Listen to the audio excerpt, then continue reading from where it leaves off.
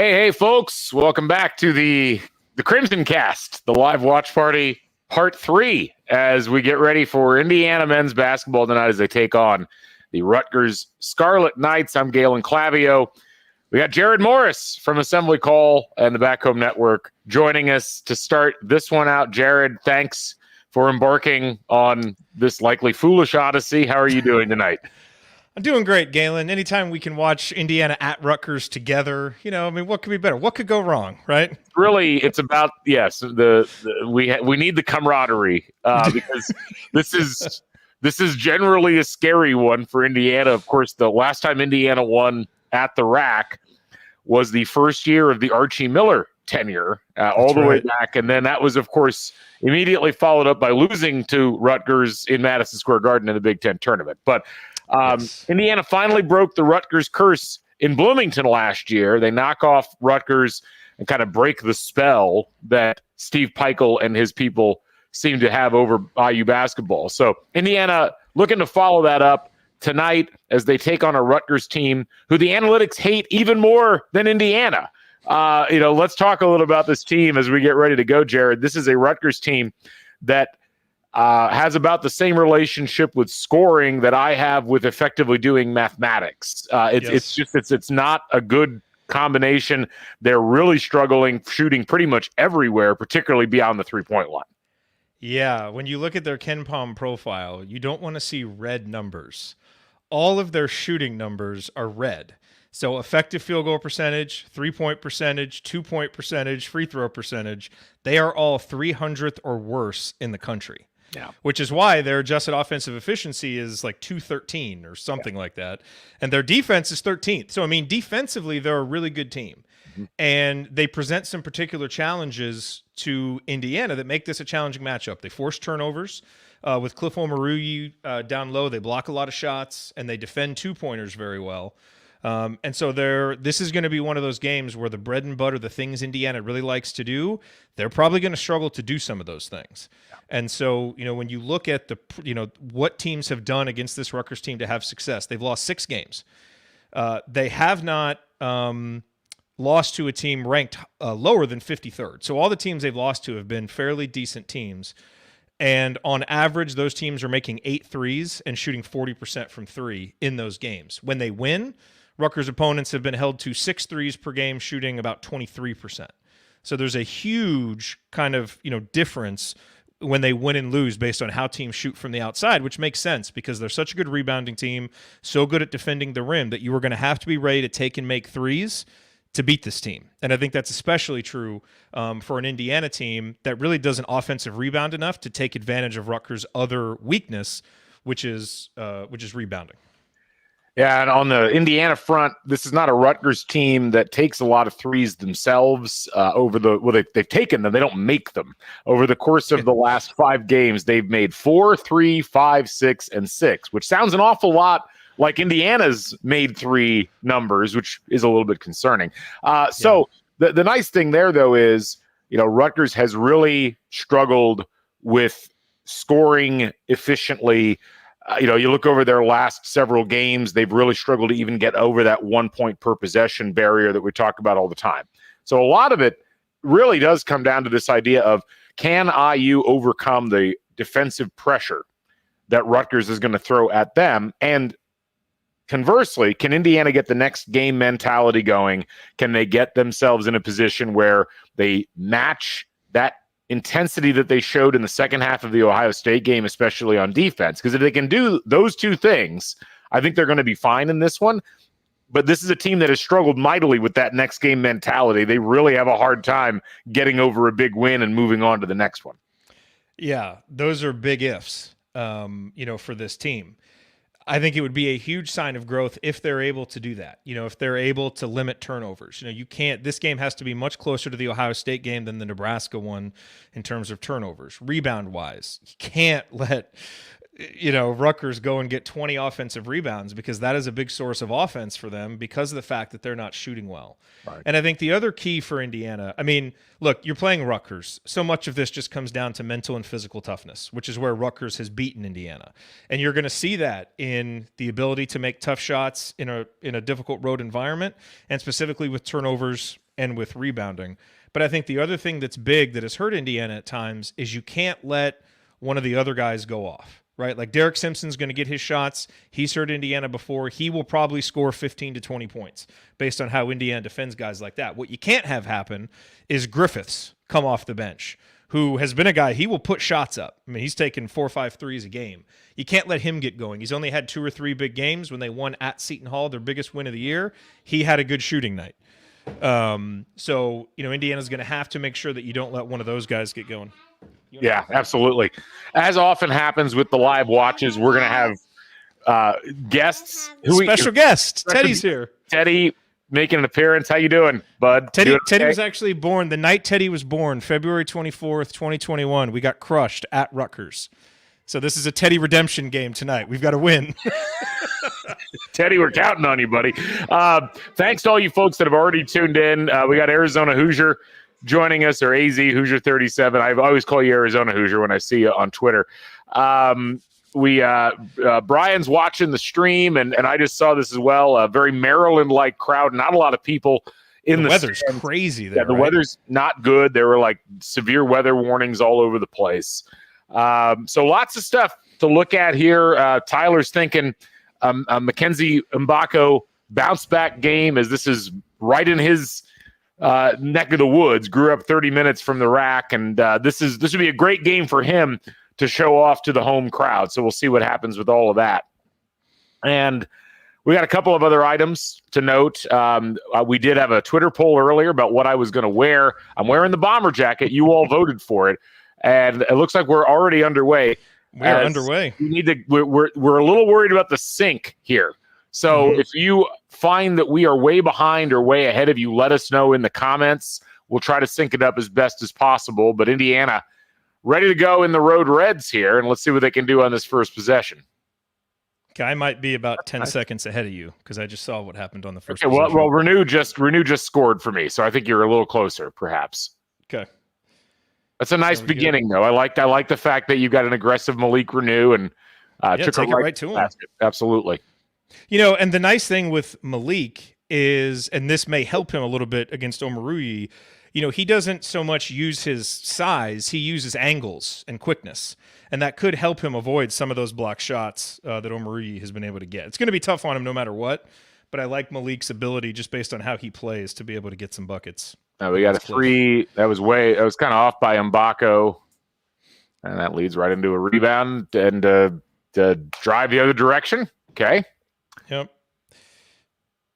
One of the things I'll note with this IU team, when they don't get these early offensive possessions going their direction, they tend to kind of fall apart early. Yep. And Malik traveled. Okay, I am definitely behind you, as the Malik travel just happened there. So okay, I'm going to pause for just a second. Thank you. I would like to note that there's still no score bug up from Peacock. Peacock continuing their exemplary actions here in terms of everything so far. Yeah. Something was messed up earlier. I couldn't reset my password or log in on my computer, but I could log in fine on the iPad. So just a sterling Peacock experience here so far. So we are back to action. We'll try to sync this up. This was the one we were concerned about, folks, with Peacock, but we're going to do our best to kind of narrate it along. And right now, we don't even know how much time's on the clock. I guess there's 18 minutes because a foul got called there on Mbako. Yes. So just for reference point, I'm at the – see if I can get it. There's still no score bug. So 18-11 left in my world. They just restarted possession here. Yep. And there's an open 3 for Hyatt. And good rebound for Indiana. Yeah, that's not bad. Okay, now, what I just saw right there, I liked. And that was Trey Galloway getting it and being aggressive. Indiana needs to do this. You are not going to have a lot of success playing against Rutgers in the half court. I'm going to push back on that a little bit. I didn't like the fact that Trey, he drove all the way around the lane and was all by himself on that. This is the Trey trying to do too much sometimes thing. Perhaps. But I like the notion of the aggressiveness, pushing before their defense can get set. He didn't have anybody over there to drive and dish to either. So nice job by Renew on the turnover there. Oh, boy. And here's X turning the ball over. That was sloppy. Well, this is delightful basketball so far. Very much what one might have expected. This is exactly what you expect from these. Now we have a Rutgers turnover. See, when people criticize Big Ten basketball on Twitter, I've tried to defend it as best I can, but then the prosecution brings games like this out as evidence, and it's hard to really say a whole lot. Yeah. So far, 6 turnovers so far through 3.5 minutes of play, or 3 minutes of play. Yeah, already Indiana has already equaled their turnover number from the Ohio State game in the first few minutes here at Rutgers, which is tremendous. Really just a bad sign for the mentality that this team brought to the game. You can't come on the road at Rutgers and do that. This is what all these Indiana Rutgers games have looked like. Exactly. There's an open 3 as Renew didn't get out on that was Mag. I guess Mag is playing, or is it Mog? Did we settle on how to pronounce his last name? I always thought it was Mag. Okay. There's Khalil. Go with Mag. Mag sounds cooler. Khalil can't get the shot to go. And that looked like a foul that didn't get called there for Mbako. Yep. And so Rutgers knows they can't score, I think is part of the issue here, honestly. So they don't particularly care if they waste possessions as long as Indiana wastes possessions on their end. Yeah. And one of the more surprising numbers you'll see is they're playing really fast. Yeah, I think their average possession length is 15.5 seconds, which is in the top 20 in the country in terms of speed. Malik got beaten like a rented mule on that drive there. That was pretty bad. Have you gotten the same sense I have that it seems like it takes him to get into games?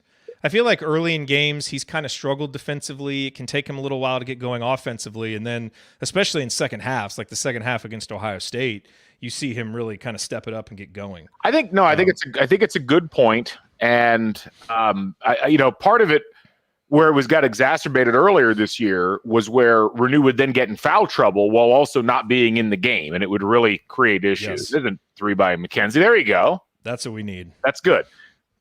You've got to get. I know a lot of people were calling for Gunn already, and I'll say the same thing that I would say about Gunn that I'd say about Mbako. These are fragile, emotional beings right now. You can't just yank them if they're not playing well. You've got to let them play through it a little bit. Nice. If you can deal with not always having the defense. That's nice. That's some great play by McKenzie. Nice cross forward by Galloway actually lays it in. I'll tell you, I like how McKenzie looks early. He's aggressive. I know he had the turnover dribbling off his foot, but it was a turnover of aggressiveness. He's hitting the glass hard. Yep. Good start from him. That's a good defensive pickup and ends up driving Simpson all the way to the baseline. A 3 attempt. That's out. I'm all, that's a rebound Indiana's got to have there. That's also a rebound Indiana. Okay, there they got that one. All right, what do we see Indiana do here? The Malik play. It does appear to be the Malik play. But okay, there's the double. He went around. Oh, nice pass. See, that's a nice little 7-0 run by Indiana. Yeah. And I tell you, that is important because these games have gotten out of hand early for Indiana. Turning it over 4 times, that was a definite fear. So being able to go on that quick 7-0 run, get things back under control, that's a really good sign early. Oh. And there's a steal by Xavier. So we have had now, there have been 9 turnovers combined in this game so far. So this is definitely the Rembrandt of Big Ten basketball, but that is a nice nice mix of things here. And we're at our first media timeout, 14:24. To let you folks know, we are going to have a couple of guests, kind of one guest and then Scott. So Scott will be joining us at halftime. He's not really a guest. Like it's his show too. But we'll have Mason Williams from thehoosier.com joining us at the under 12. So he'll be on at the next timeout. And in fact, let's just get Mason in here. Bring him in. There's Mason Williams from thehoosier.com. How are you doing, Mason? Oh man. Well, I was doing a lot better before I watched the start of this game, huh? Well, hey, It is ugly so far on both sides. But all that matters is Indiana's up by 2.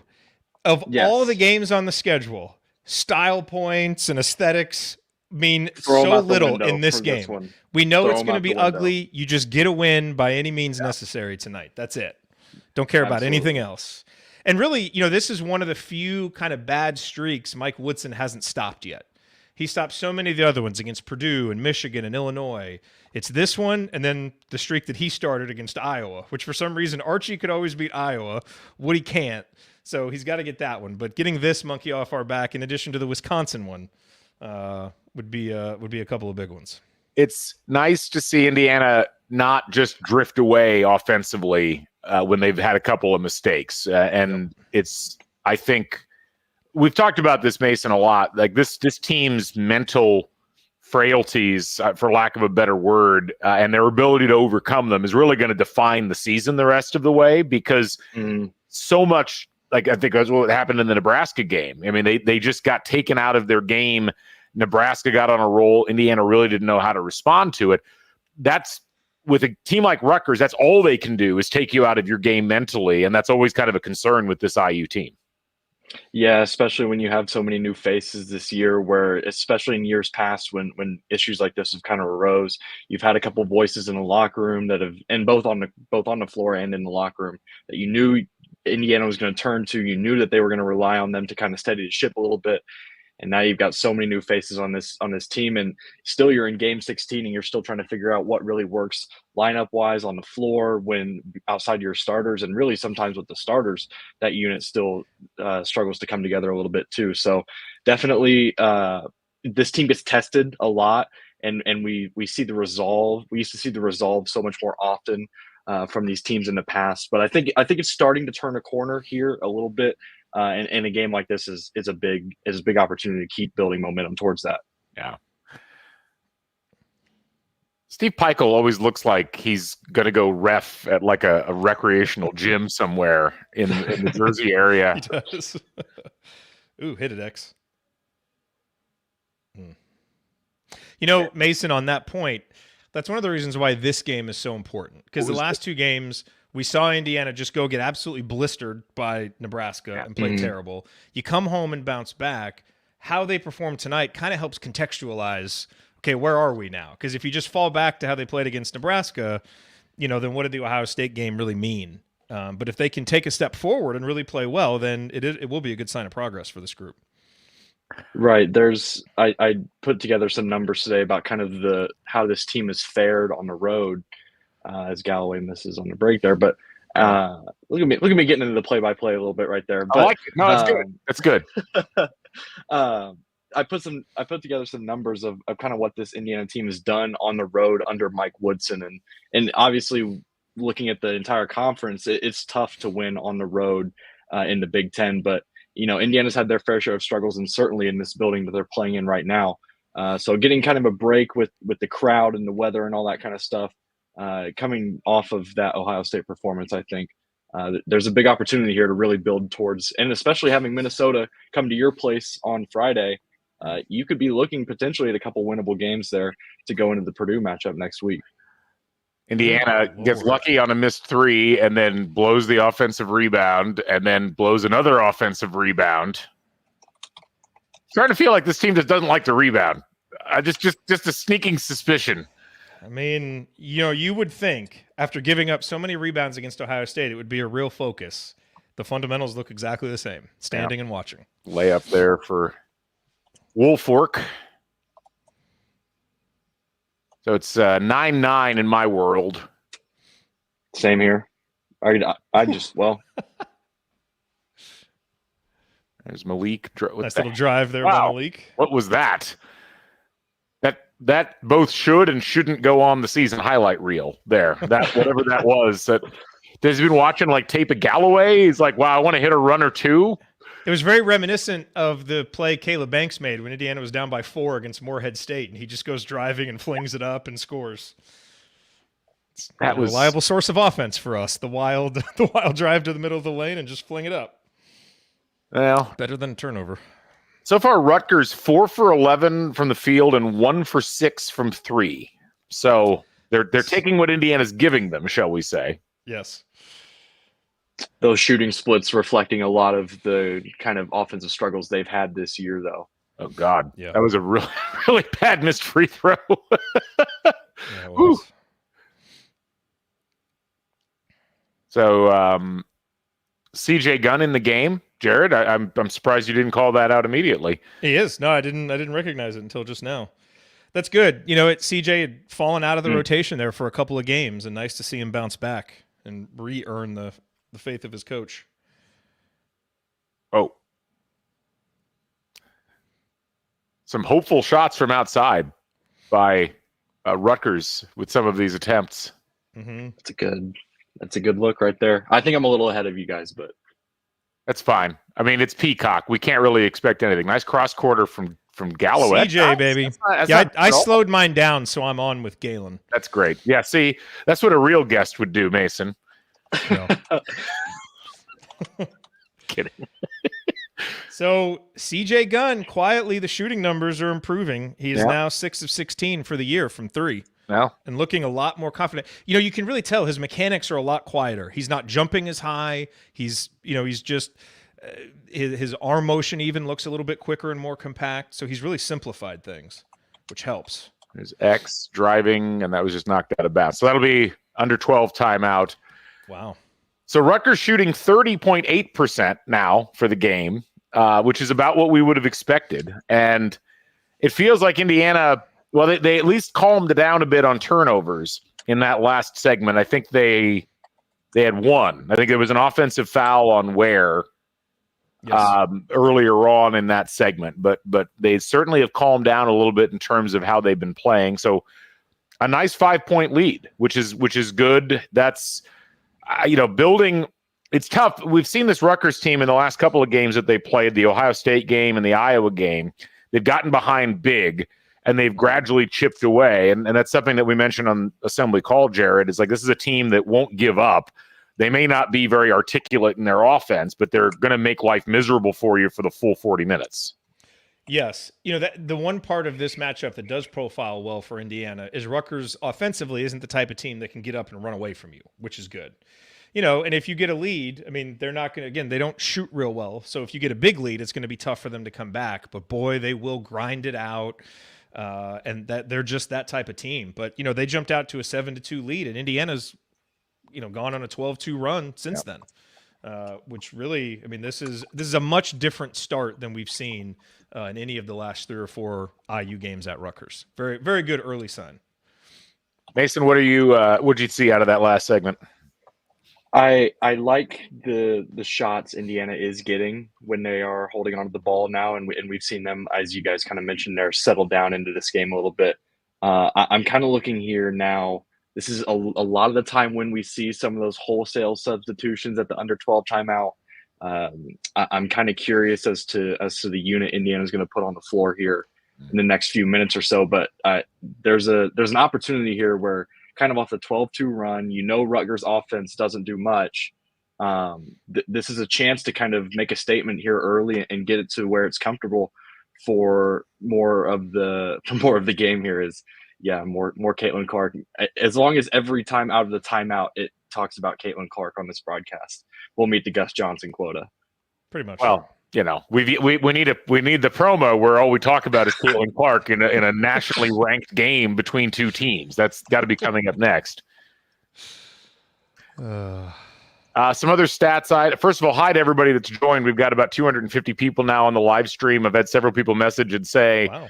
They don't have Peacock, so this is how they're watching. So we'll try to do a little more play-by-play for those who are watching along. Welcome. Welcome. It is 14-9. Indiana has played pretty well after a little bit of a disturbing first 4 minutes or so. A lot of turnovers early, but they've kind of gotten it under control a little bit as we move forward. So coming out of a timeout, at least here, as we watch the streams are all over the place. So even if you had the Peacock service, you might be on a completely different time zone than us as far as the actual game. We're back to action. I like, Mason, you talked about the lineups. We're not seeing kind of the wholesale subs right here. X is getting a break with Gabe Cupps on the court, but otherwise you still have 3 starters along with he and CJ Gunn and Khalil Ware. So nice just scored inside. Nice dish by Galloway. Kind of got up in the air without a plan, but he did dish it off to Ware. So I like that. Ware is up to 4 points now, tied with Renew with 4 points as well for Indiana. Indiana's still running 2 bigs right now, too, with that substitution. But we did see them go to 1 big in the lineup a lot in the last game. So I'm curious to see if that'll make an appearance again today, too. Rutgers now 1 for 8 from 3. And Malik Renew travels. Malik thought he got hit in the chin. He might have, but that didn't affect him traveling. Yeah, and that, as you look, Malik Renew has just made so many gains as a sophomore. As you look to the next level for him now, it's eliminating some of those travels, not going quite so fast, a little bit better recognition of the amount of space he has around him when he gets the ball. That'll be a next step and make him even more efficient when he cleans that stuff up. Gabe Cups into the game, as is Caleb Banks now, I believe. Yep, along with Malik and Khalil. And Gunn. Oh, yeah. And Gunn and Cups. Yeah, Gunn's still out there. Whew. That was a nice shot. Who's number 1? That is Davis for Rutgers. So 16-11. That was a smart, nice little high-arcing shot over Ware. Yeah. And then Ware gets it back. Yeah, very nice. One of those where it's just throw it up to him. Should we send some paper and carbons to Ryan for his written apology to Khalil Ware? He just made a statement on the other end too. So he sure did. I tell you what, I mean, one of the things I was worried about tonight was that matchup down low. Because again, with Omaruyi, tough physical guy, shot blocker. How does Khalil step up? I mean, if you tell me Khalil's going to go get a double-double in this game, I think we're going to win. Yeah. Because that just seems like the kind of matchup he might struggle in, but it would be a huge sign of growth for him if he comes through and has a really productive night. So nice start for him, 6 points, 3 boards, and a block. I would like, look, I love rim protection. I would like maybe if someone could at some point talk to Khalil about not blocking the ball entirely out of bounds as opposed to maybe blocking it to a teammate. It is possible. Good Lord. 20th block. Another offensive rebound. That one felt like it was on Walker, who just came in. He did not box out at all there. That was you've got 4 bench players and Khalil on the floor right now. So I was hoping we weren't going to do that, but it appears we are. This is where we often have these first half lulls. Get out to a nice little start, and then you get a lot of the bench guys out there. What's really frustrating about the rebounding is a lot of times you'll see like 3 Indiana players right there as the ball goes up. It's like, okay, we got this one. And then an opposing player just materializes out of nowhere because they're crashing the boards. No one puts a body on them and they get it. It's so frustrating. Yeah. Because it seems like we're in good position at times, but we just don't put a body on anybody. I'm gonna try to get a ticker going. No, we don't want the $400,000 in donations. That's the wrong graphic. What happened? There we go. For the folks that are watching at home, I'm gonna try to keep the score updated as best as possible here. 18-13 right now, Indiana. Oh, nice cut, Gabe. There you go. That's a beautiful. That was pretty basketball. That's a beautiful right there. finish. Gabe Cups channeling his inner Pete Carrill there on the back door. And really nice recognition by Anthony Walker and a nice pass. Oh, geez, CJ. Yeah, CJ just about flew into the second row.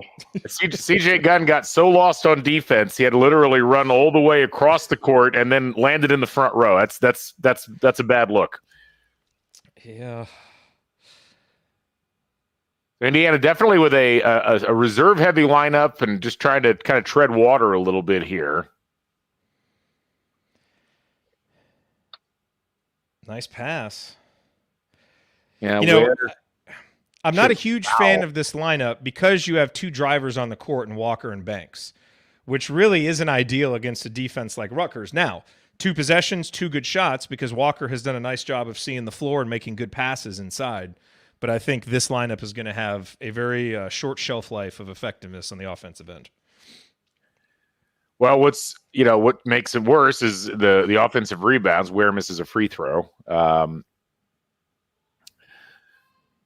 So Khalil Ware with 6 points so far, 3 rebounds. He's played all 12 minutes so far for Indiana.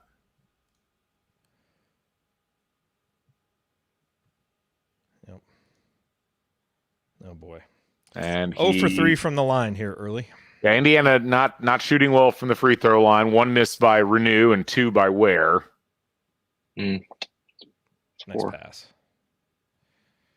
Yeah, nice little quasi backdoor there to the basket. That's a good action by Rutgers.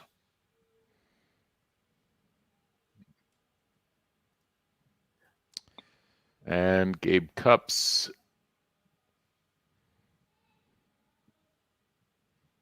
Anthony Walker doing it himself. Yeah, they're kind of ISOing Walker on this side. Yep. Oh, and Cups steps on the sideline. That's bad.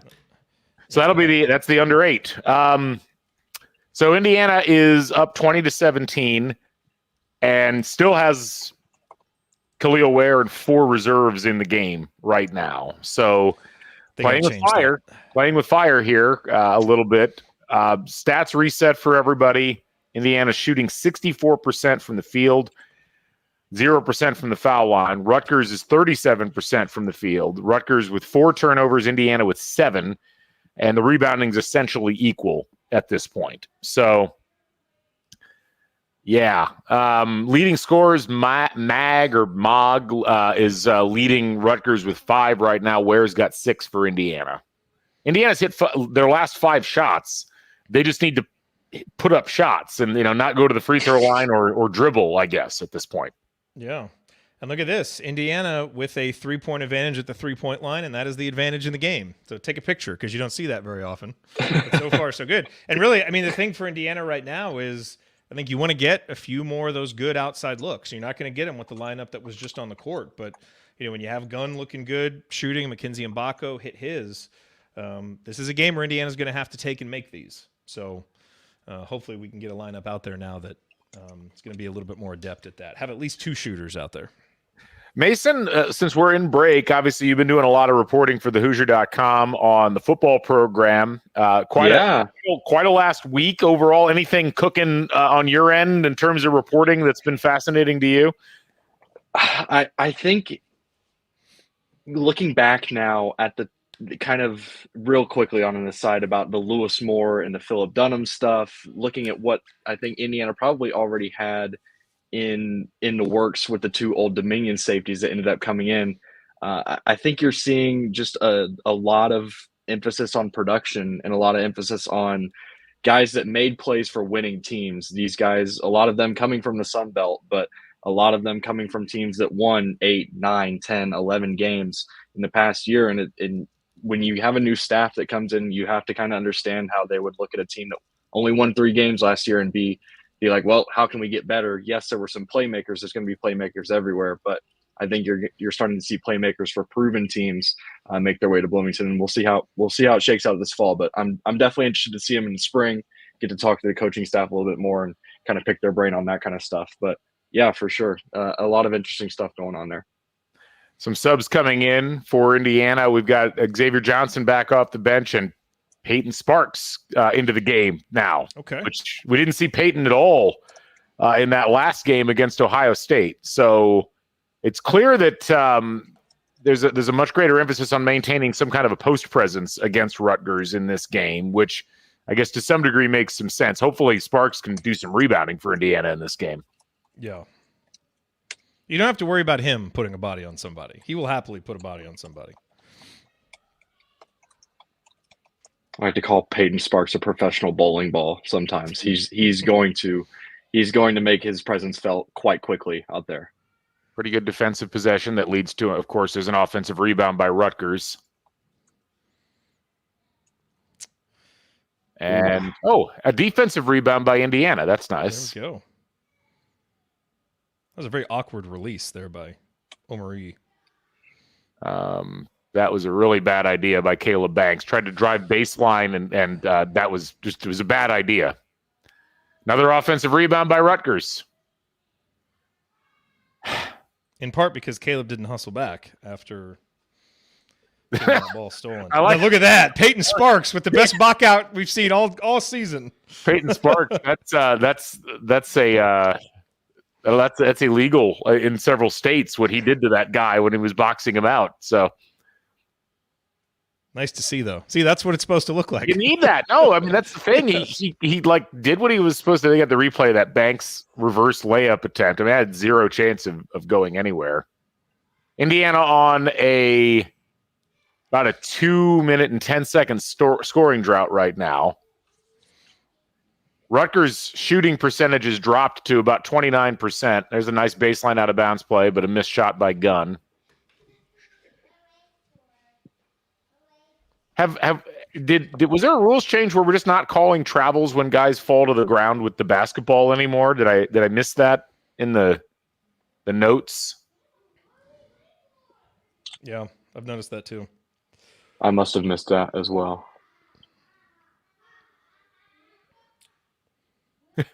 We got another nickname recommendation for you here, Mason. The big fundamental.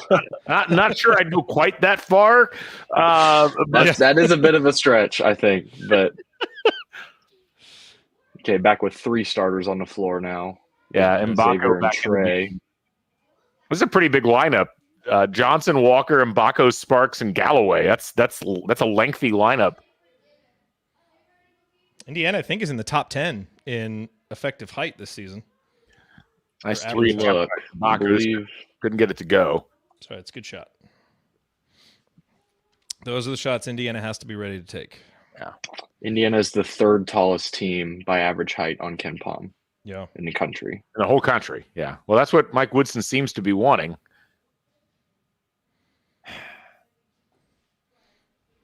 Missed layup. Hey, nice rebound by Walker. There we go. Indiana's got to score here. I mean, this is what we were worried about, Jared. Like, they've got to continue to put points up against this defense. Yep. But there were going to be droughts. I mean, this is part of the mental toughness is Indiana has to be able to have a little drought like this and then get back into it. Part of the problem is it feels like they can be in rhythm for a little while and then they get out of it and it's tough to get back going. Hey, that's not what you want. Offensive rebound. And then he lost the ball. Great. Yeah. And I want us taking threes, but not that one from Walker. Still a 3-point lead for Indiana. No, it's a 1-point lead as Sparks got beaten pretty badly there. Yeah. See, okay, so a timeout going to be called here by Indiana. So here's the thing, Jared. You're right, there are going to be droughts, but again, that drought looked like it was completely caused by bad substitution pattern. Yes. There was no need to take all of your offensive players out of the game. And it's let Rutgers back into the game. They're on a 6-0 run. I don't understand it, Galen. We've been doing it now for 2.5 years. It keeps happening. There's no point to it. You don't get anything out of it. You're not building chemistry with a lineup that's going to play in crunch time. Those guys will never play together. So, Mike Woodson likes to get guys time in the first half, see who's playing well, and then shorten the rotation in the second half. That's all fine. I'm fine with having a little bit more open bench in the first half, but just keep 2 or 3 starters on the court at all time while you're cycling guys in. It's tough to really get a good view of what they're going to do anyway if they're playing in these lineups where they're kind of out of position for what they should be doing. So, but I mean, it's a broken record. We've talked about this all season long, and it's not really going to change. Looks like we have IU Sports Media alum Tyler Tashman in the chat here, Mason. Well, Indiana's committed 8 turnovers so far in this game, and that has essentially been the margin that's allowed Rutgers to get back into this, as they just have not been able to capitalize on things. And if you're looking at this from a Rutgers perspective, when you don't make shots, you have to put shot volume in your favor. They right now have taken 7 more shots than Indiana, only down 1 point. For them, that's kind of where they want to be. Nice kick out by Ware. Every shot is long today. That's a good rebound by Ware. Picked up a foul as a result of it. That's nice. Anytime you can get someone fouling Ware 24 feet from the basket, that's okay. I'll take it. Renew's back in the game. I feel like that needs to be announced to everybody. And we have no one with more than 1 foul at this point. Which is not we're 7 fouls total in the game. We're saving all of those so we can foul like 5 times in the last 30 seconds again. Oh gosh. Another foul going to be called. So that's 2 on Williams back to back. So Williams is going to have to sit down here for Rutgers.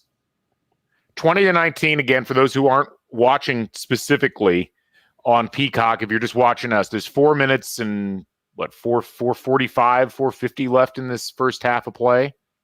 Rutgers on a 6-0 run. In which it's one of its last 8 from the field, by the Right. way. This is more of a speed walk, if Yes. that. And where is Indiana's offense? Indiana hasn't scored in close to 5 minutes now. They're starting to really deny Malik the ball, too. Bad pass there by Trey. Yeah, they really seem to not be wanting Renew to get the ball. He fronted him and had someone behind him there to not let him get it. Hey, our friend Ta from Thailand joining us. Good to see you, buddy. I love Ta. Good dude. So it's probably like late morning. It's probably Thailand. Early. Yeah. There's Galloway for 3. Off. Indiana started off so well from 3. They're now 2 for 9 from 3.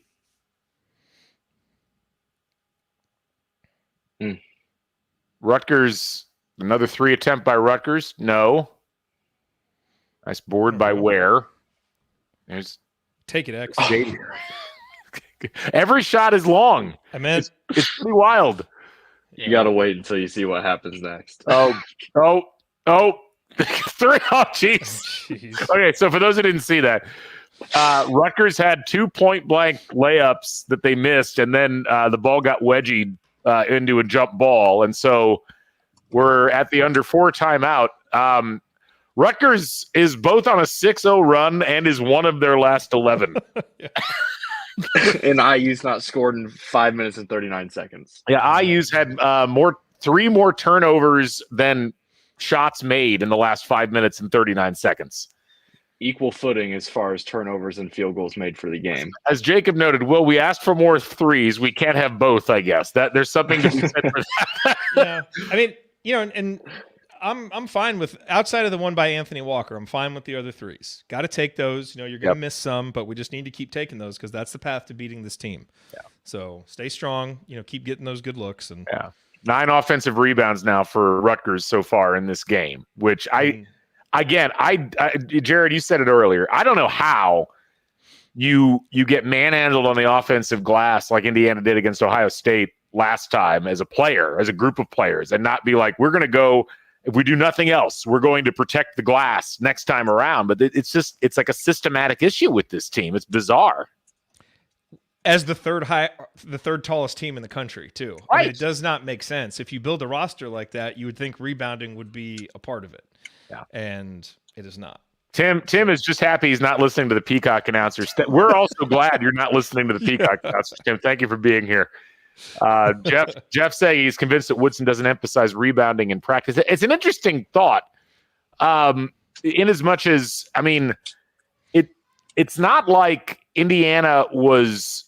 I mean, they're rebounding at about the same level offensively as they have in previous years, but they've just gotten progressively worse in terms of keeping opposing teams off the offensive glass over these last 3 years, which I wouldn't mind as much, but they're not getting better in a lot of other areas. Like the one area they've gotten better in defensively is they're not putting the other team on the free throw line as much. But I got to be honest, I'd rather put the other team on the free throw line than give up offensive rebounds. I mean, you've got a much better chance of converting into better points per possession if you've got an offensive rebound than if you're shooting free throws. Yeah, I mean, I'm with Coach Marlowe, who said that about Indiana not emphasizing it. Thank you, Michelle. As a coach, you can only emphasize so many things. And we talked about this a lot last year. I mean, Indiana had a few good individual rebounders. Trace Jackson-Davis became a phenomenal rebounder. But as a team, the rebounding fundamentals weren't good last year either. And it really hurt this team down the stretch. And, we're seeing the same thing here. So, yeah. Yeah, and Jamie makes a good point. Yeah. I mean, you can do that, but you don't have to be this bad. I mean, they're right now surrendering offensive rebounds on 30% of possessions, which is that's ludicrous. Yeah. Like you can't survive that way. No, I get some. Like you have a 3-pointer, it bounces long. Okay, that's fine. Or if a rebound just goes where nobody is, you can't do anything about that. It's when there's 3 guys standing there and someone else comes in and gets the ball that those are the ones you can't have. Yeah. There you go. Well, Will. Starters back. That's nice. Hey. So Yeah. I have a theory, actually, which you should is start a podcast called that. I have a Just theory. So we need more podcasts, Galen. More podcasts. My feed paused. I think it's the ads that Peacock's putting in that aren't setting back into the broadcast, because I didn't even see that wear shot in real time. Oh, really? Yeah. Huh. So that was my reaction. Points. Yeah. Hey, somebody scored. Well, okay. So still a 1-point lead for Indiana here. Feels like a big final 245 here. We haven't had much success. We've played well enough this first half to be ahead at halftime. We need to go into halftime with a lead. I think that'll be big psychologically for this group, and that turnover is not going to help. God, oh my God, this guy's falling. Trying to do too much. Nice drive and a foul.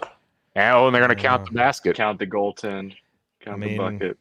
Right now, X is kind of back to Nebraska X. He has 0 points, 0 for 2 from the field, 3 turnovers.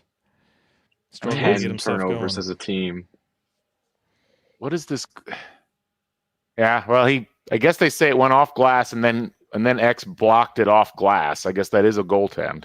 Yeah.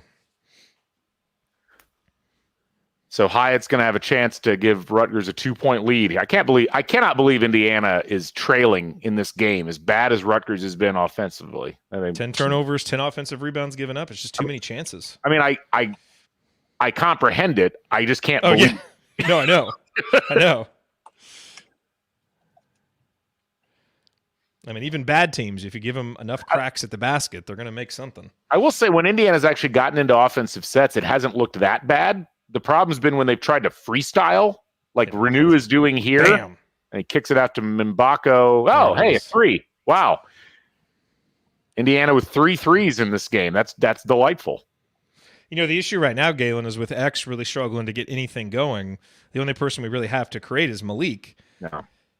But it's difficult because they're so tall, they're so physical, and they're doubling him. I mean, they're going to make it really. Now, that was a great read by him, to find McKenzie, and a good job by McKenzie to hit the shot.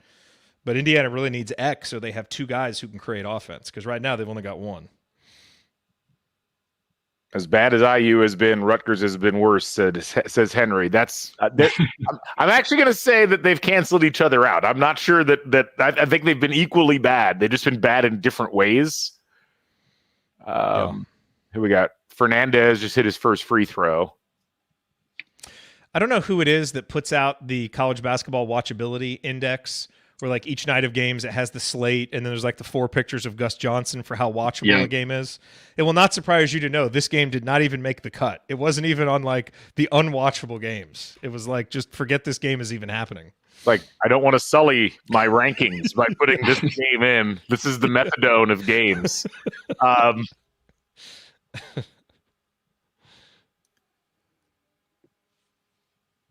right, Teams Indiana are playing hard. There's a lot of effort. They're just not playing well. Damning credit for effort. Praise here. I like it. Oh, X. There's X. What is that shot? No, I don't think anybody's ever looked worse shooting a fall away shot in IU basketball history than X, who it just kind of it's like someone slipped while shot putting. That's a very good description. Oh man. All right, big possession here. There you go, X. Get it to him.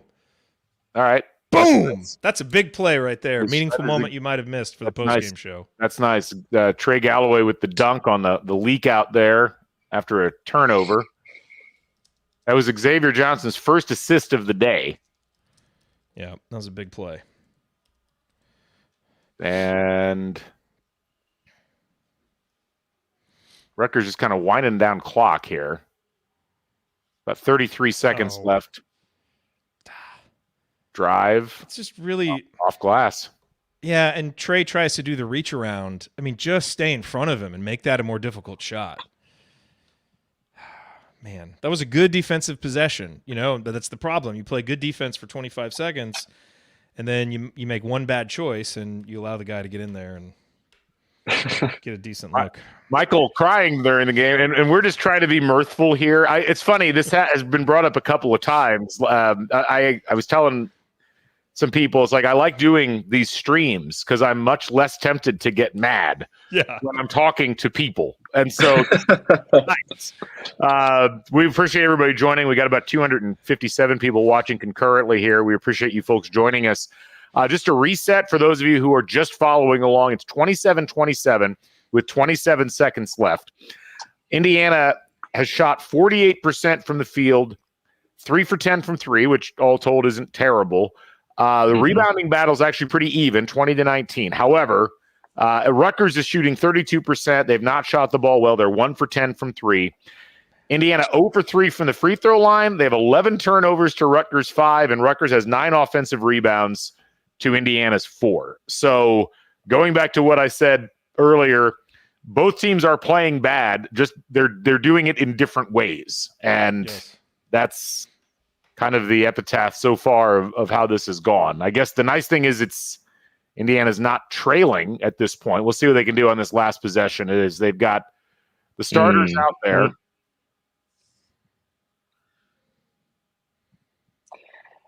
Here's X. Rutgers just always gets X going too fast. Man. What did he do? Why did he do that? He just dribbled into 3 guys and lost the ball out of bounds. Was that a little zone defense Rutgers ran into Rutgers settled into right there? I think so.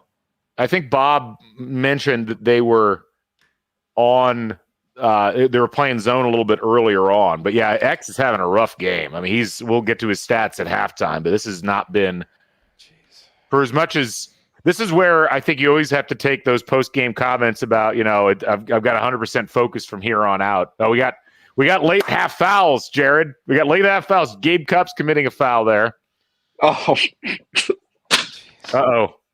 Whatever happened, Mason's ahead of me, and I just saw it pop up on the stats. I'm not excited by what's going to happen here. That is the most Indiana Rutgers thing ever to happen right there. Simpson, for those who aren't watching, they inbound with 2.5 seconds left. Simpson dribbles down and nails a 27-foot three-pointer off glass, and it's 30-27. Rutgers lead. I'm sorry. That was a really, really, really poorly played last 10 minutes by Indiana this half. That is not winning basketball. What is Cupps doing? Why are you out of you? Let's watch this again. Let's not. I mean, so Simpson crosses Cupps over. He gets completely out of position. Galloway can't figure out where to go. There's 1 second left on the clock, guy. Guard him closer than that. Wow. Okay. Well, that's pretty bad. Let's Mason, stick around with us for a minute. Let's talk about some. Yeah, of course. So let's go over the Indiana box. At one point, Indiana was up 7. Is that right? Yes. So. Yes. With 9:14 to go, 20-13 was the Indiana lead. So outscored 17-7 over that stretch. Khalil Ware, 8 points, 7 rebounds. Pretty good half by Ware, at least offensively. Mackenzie Mbako, 2 for 5. Both of those were threes. Has 4 rebounds. Good half for him. I thought he played well.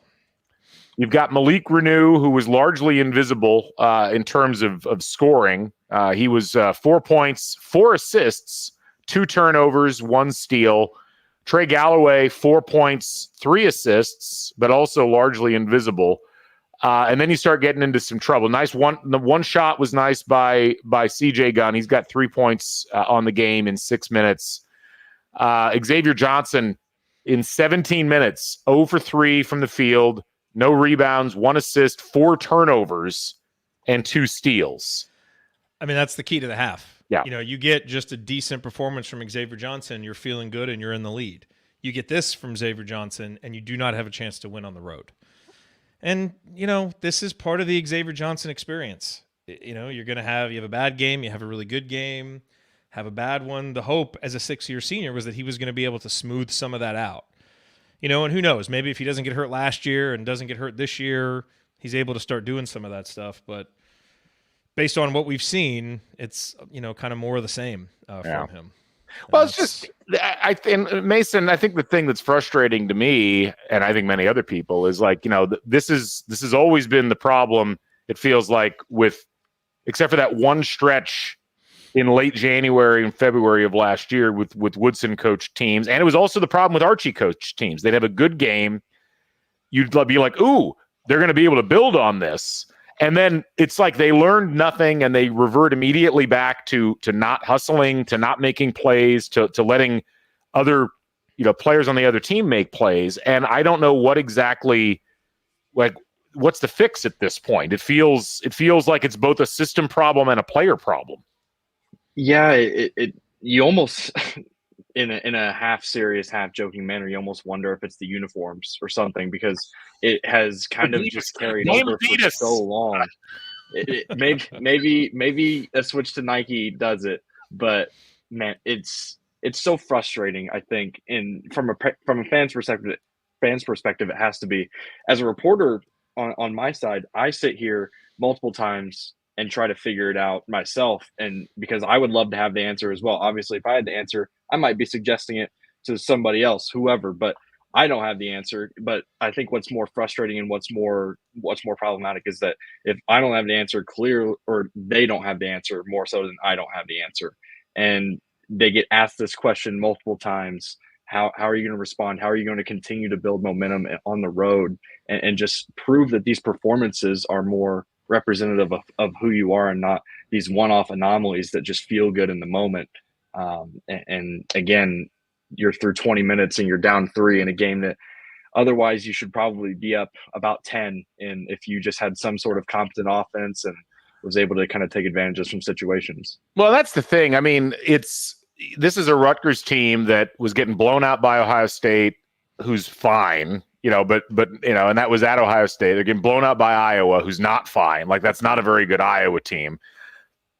And Indiana's down to them at half. And this is where the idea that Indiana is going to come out and have some kind of second wind where they're going to play at a higher level of offense and they're going to be able to distance themselves from Rutgers just seems kind of fanciful.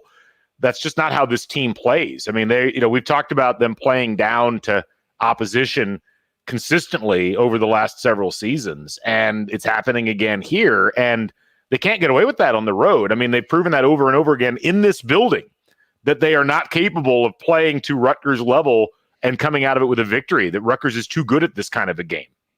This is the classic, I agree. Don't argue with an idiot, because, they'll drag you down to their level and then beat you with experience. Like, it's the same thing with playing Rutgers in the RAC. Yeah. And the thing about this game right now, it's actually not that different from how the Ohio State game went. Ohio State dominated Indiana on the glass. Indiana won in large part because of two factors. One, they limited turnovers. That's been the huge difference between this game and last game. But Indiana also relied on Ohio State missing a ton of shots. Now, credit to the defense, but also, their guys just missed. Same thing that Rutgers is doing now. Now, Rutgers is not a good shooting team, whereas Ohio State is, so you can bank on that a little bit more from Rutgers. But, I mean, this just comes down. You can't give up this many extra possessions. You can't give up that many offensive rebounds and turnovers. Like, pick one. You can't do both and win. Right. So the rebounds aren't changing. Indiana has to do a better job protecting the basketball. 11 turnovers and 4 of them from X. I get the aggressiveness, but even some of his turnovers today, I mean, some of them have just kind of been sloppy and not really leading to anything. When you get some of the X turnovers where, he's just going a little bit too fast, he makes a pass, another guy doesn't see, or he's pushing the pace and loses it, okay, you'll give him a couple of those a game. The ones we're seeing tonight are not really threatening the defense very much. They're just careless. Yeah. And you can't have that. So, I mean, Indiana's either going to limit the turnovers to 4 or 5 this half max and have a chance to win, or they're going to lose by 8 to 10 points because they can't stop turning it over. I'm trying to think of all the games that X has played where he's started this poorly and then gotten significantly better as the game has gone along. And that's not meant to be a criticism. It's just an observation. And it's really the same for a lot of IU's players. You kind of know what you're getting out of them after you've seen them the first time. And, the few exceptions are like Renew, who has slowly gotten into games. But you know what you're getting out of CJ Gunn pretty much the first 2 or 3 shots. You know what you're getting out of Mackenzie Mbako, particularly defensively. And with X, I just worry because you look back at his time in IU, and he has good games, and then he has, and I'll go back to last year before he got injured. He had a great game against North Carolina, and he had preceded that with a great game against a cupcake, and then he has a terrible game at Rutgers. That was a game he had 8 points, 6 turnovers, very similar to what we're seeing right now. And the game got away from Indiana very quickly in that second half. And this is all set up to now Rutgers is coming in and saying, hey, we got this. We got these guys. And it's very concerning. Yeah, and they should have a lot of confidence. Yeah. Well, Mason, any final thoughts from you? You mercifully get to leave, and we're going to bring Scott in to talk about the second half. But anything else you'd like to hit on before you go?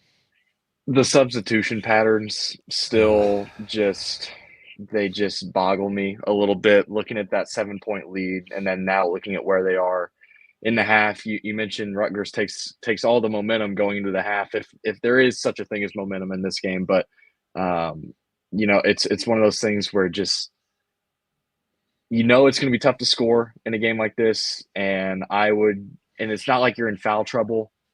You've got to keep your best players on the floor in a game like this, because they give you the best opportunity to score, and they give you the best opportunity to win. So we'll see how that kind of shakes out in the second half. And I know Woodson has done like the thing where he gets a lot of guys involved, but I think sometimes there's just a feel of the game that needs to be there. It's like, well, this is obviously slow rock fight material. Like, got to keep these guys on the floor. So, but no, that's about all I've got. I appreciate you guys for bringing me on and being kind of the opening act to Scott here. So I'm sure it'll get a little bit more untamed. But I can also take away my early reactions. So all good.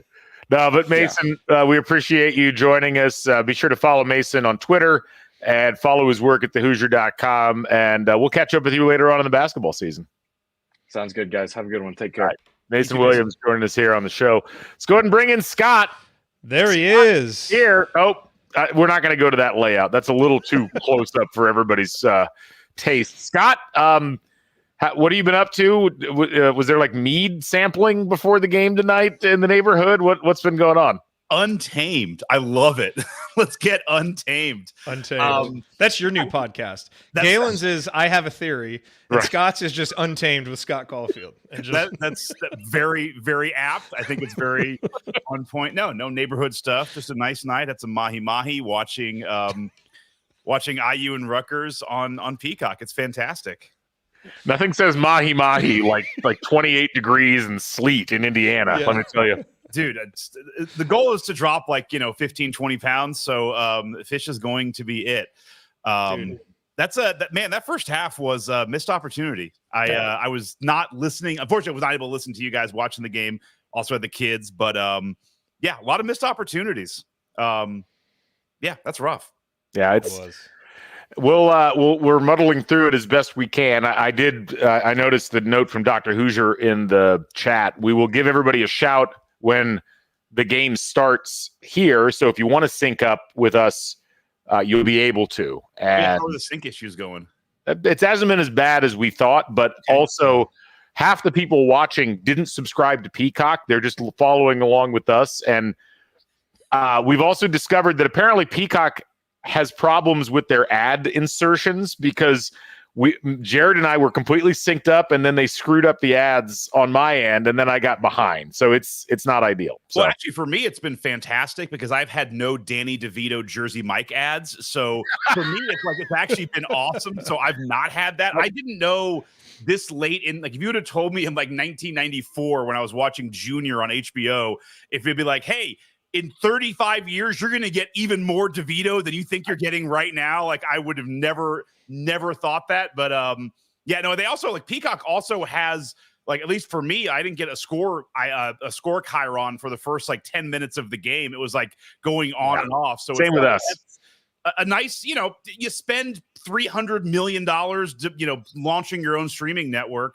It'd be nice to have that. Just one little piece. I'm actually, to be fair to Peacock, they probably saw what these two teams did and figured we don't need the score thing. So it's superfluous to you got to earn your Chiron. You don't just get a Chiron, you got to earn it. That's right. Bring your kid to work and let them operate the Chiron night. That's what we've got going on. So Scott, I'm curious, what did you pair with the mahi mahi? Did you have like some high-end capers? Like what all? A balsamic reduction, perhaps. We no, this is just us. So we didn't do like a neighborhood like the fish taste. No, bring the entire fish in and like have people like choose their fillets and No, although we are doing a neighborhood poker night in a couple weeks, and we did have a Friendsgiving here with the whole neighbors at the house. That was pretty normal.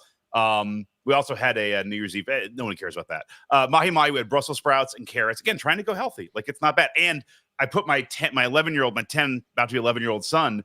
I told him like, look, I only get like one. Bread is like my Achilles heel, so I'm like one roll for dinner, and so he's been like on me about that. So that's good. No rolls tonight. So anyway, yes, everyone wants to hear about Scott's. Everybody's got an Achilles heel. You've got bread. I've got tortilla chips. Indiana's got dribbling into 3 defenders unnecessarily. Yeah. I mean, yeah, Jared, what's yours?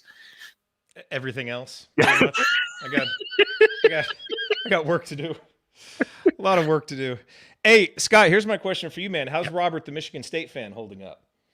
He's in a rough time for him. Yes. Oh God, he's gonna love we were talking about him. Rough time. He's not. So he's such a quick off. I've been giving him stuff because I've been like, dude, you're wrong about everything. Because he's also a Bucks fan. His wife is a Purdue fan. So I'm like, dude, you were wrong about Purdue last year. Lost the 1 seed. Wrong about the Bucks last year. Like you're Mr. Wrong. Like he's having a rough go of it. I mean, he still has that like that muscle reflex, like Michigan State always comes, they will figure this out. But he's like, I don't know, man. It's like, we were supposed to have the best backcourt in the country. Because I was like, Wisconsin, Northwestern's tough. Like Boo Boo, he's a good guard. And he's like, we're supposed to have the best backcourt. He's like, I don't know what's going on. He's starting to now morph into football. And he's like, I think we got a really good he's starting to be like, I think we have a really good football team.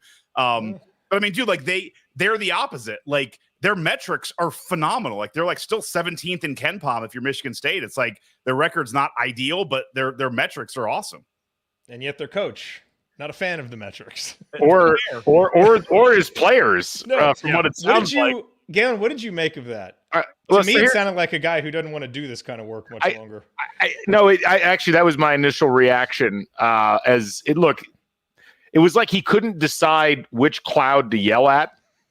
Like he wanted to get mad at his players for not giving effort, but then he wanted to get mad at society for not putting any pressure on players. But then he also wanted to get mad at analytics. I don't know, maybe someone misquoted box plus minus or something like that to him. It was very odd. It did sound like a guy who, like with Izzo, he has 1 or 2 of these a year and he's trying to motivate his team. That's not what this sounded like. Right. No. And he may have just been shocked that the Big Ten has allowed its officials to let Northwestern be the physical team. And, that would shock me if I were Tom Izzo. It's like, that's our corner. We've been on that corner for 25 years. Like, what's going on? But it would shock me if he's like comes back out. Is like, I talked to Draymond Green and I really got like myself centered. And like, now I'm more figured out. Like Draymond and I are going to start talking every week. All right. So for those of you who are watching at home, the players are walking back out onto the floor right now. And we're getting ready to start. Indiana's going to have the inbound here, and we're getting, an actual graphic from Peacock. Okay, here we go. Promoting their own 10G network, I'd like to note. All right, we're back to action. Starters back on the floor to get things going. Good to have you. High low to Khalil. Got to go up strong. Yeah, that's – you're not going to get that pull. You're going to have to dip your shoulder there. All right.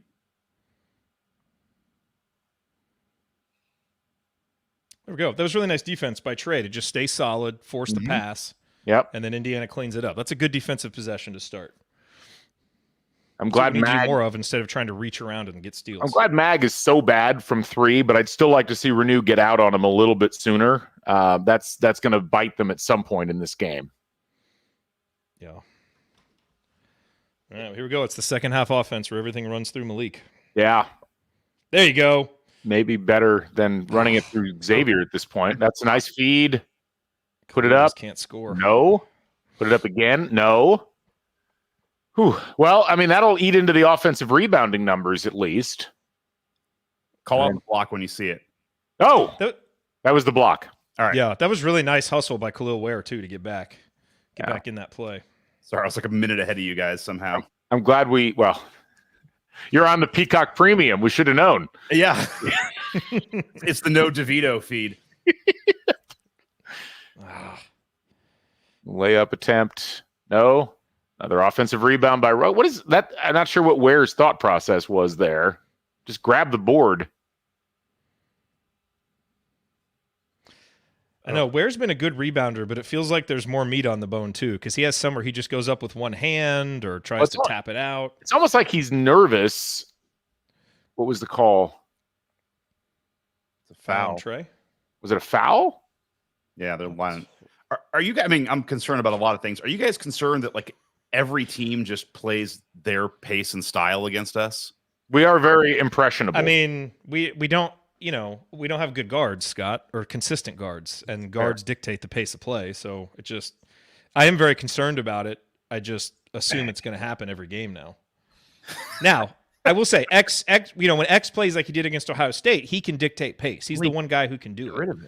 But it just doesn't happen enough. Renew. They got Renew in a nice spot. They are really collapsing on the post, which you'd expect. Where? Oh man, come on, Khalil, and just. Yeah, that's not good. And then some Matador defense down there. What was it? Well, at least X didn't foul him, I guess. That's the one positive there. Guys, this is a big couple minutes here. Well, yeah. Malik misses a 3. 5-point game. This feels like a danger zone because just like Rutgers isn't good at coming back, neither are we. Well, this game is a danger zone for the season. Like we're just in double danger. It very much is. It very much is. And well, and right now, Indiana needs something good to happen. I felt in the first half, like it's just they don't seem to be playing with that intensity of like there's a lot at stake here. It doesn't feel like that. No, it's that 100. I mean, that was what I was most disappointed about with the Nebraska game. That was a really important game. That was a winnable road game in the conference, and Indiana acted like it was a trip to save a lot. I mean, it didn't resonate with them. It seems like another foul. Trip to save a lot. Piggly Wiggly was busy. It's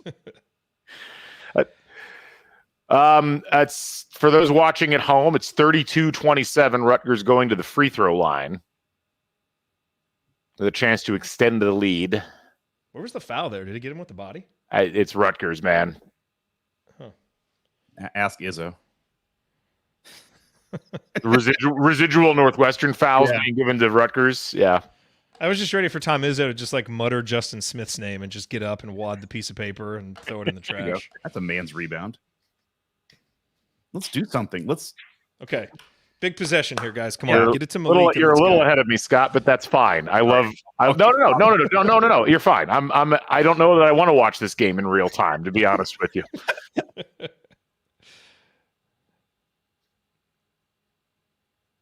I don't like the lack of aggression on offense from this team. Oh my God, and we're missing a lot of that's oh boy. That's no. Okay, got some rebounds. And then oh my goodness. Renew got bailed out by the foul there. How does Renew get blocked on that? You got to be stronger. Yeah. Well, guys, can we find some positives? Indiana is still out shooting Rutgers by percentage. Yeah. And if we hit a 3 or 2, we're back in this, and that would be the first for the night. Wow. Indiana 12 of 31 from the field, Rutgers 13 of 40. So about what we expected. But hey, we're going to the free throw line where we've missed everything so far. Yeah.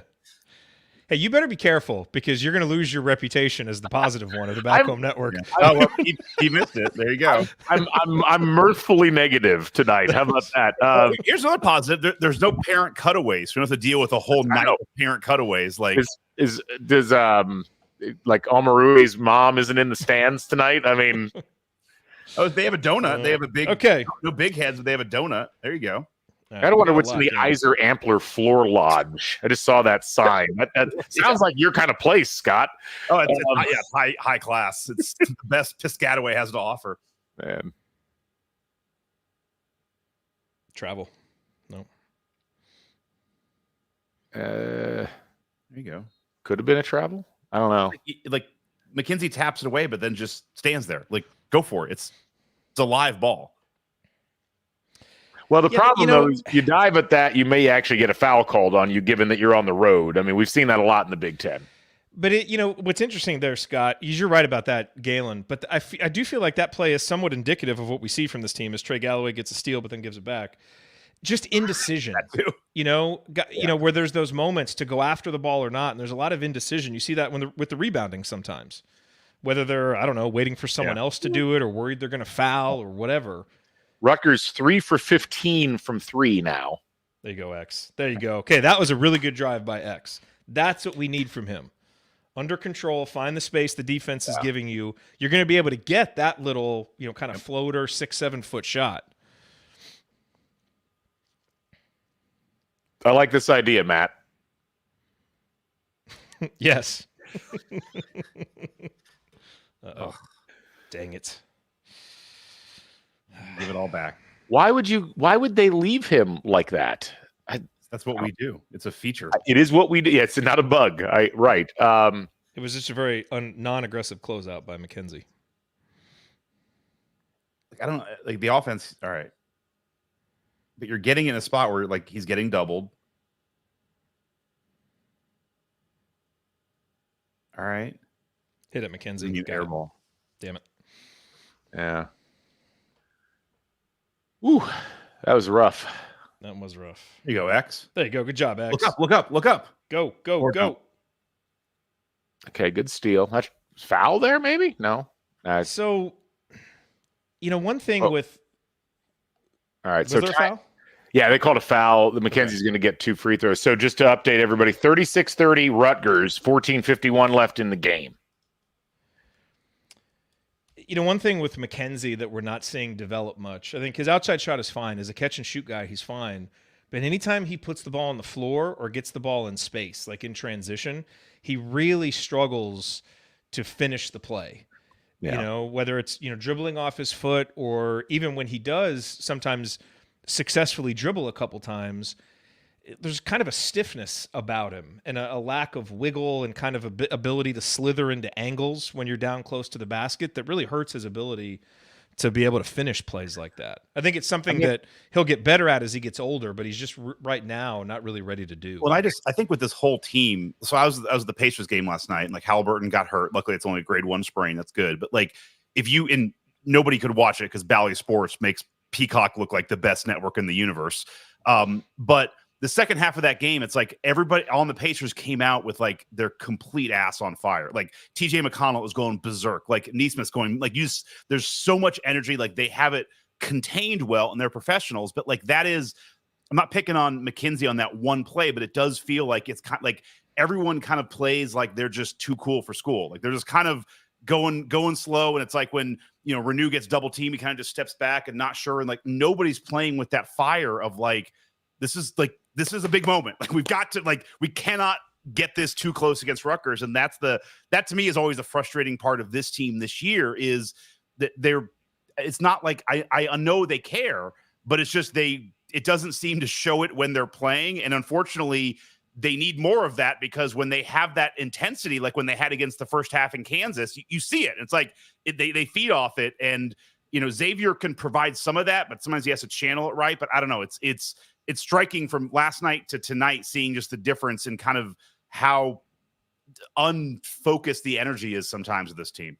We got to do things with urgency. Yeah. Is that come before or after getting over the hump is my question.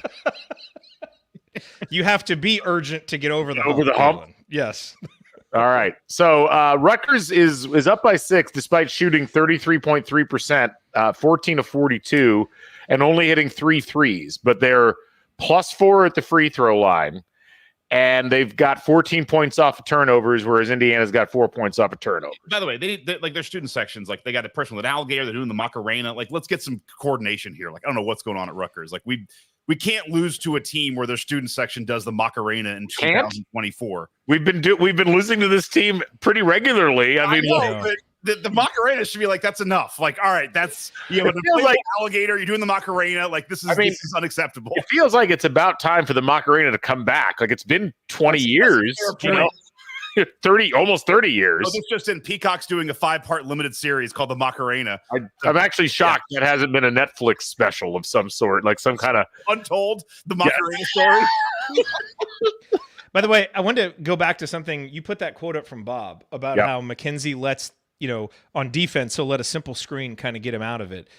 And I think that's true. I think McKenzie, like a lot of 5-star guys, things are easier for them at the high school level, and it takes a little while to realize how hard and intense you have to play. And he just missed a free throw, which is not a good sign. Yeah, it's 2 for 7 from the free throw line tonight. I'm like, I mean, it's just the rebound. The level, and and here's the thing. I'm sorry, the guys who have missed the free throws have been a high-level 4-star, a 5-star, and a 5-star. Like. Yep. This is fundamental basketball. You guys want to play in Lithuania for the rest of your lives? Keep missing free throws. Okay, that was a really good stretch from McKenzie there, where he got a tough rebound on defense, made a nice assertive entry pass to Malik Renew that got him in position. Those are the kind of plays Malik needs to, or that McKenzie needs to make to produce when a shot isn't falling. Those are a good little stretch. The ball up, went straight in, like with aggression and with focus. Like, that's good. Let's do that again and again. Man. That was also maybe the clunkiest foul I think I've seen, and of course it comes from a guy who chose to wear number 9. And of course, he missed the free throw.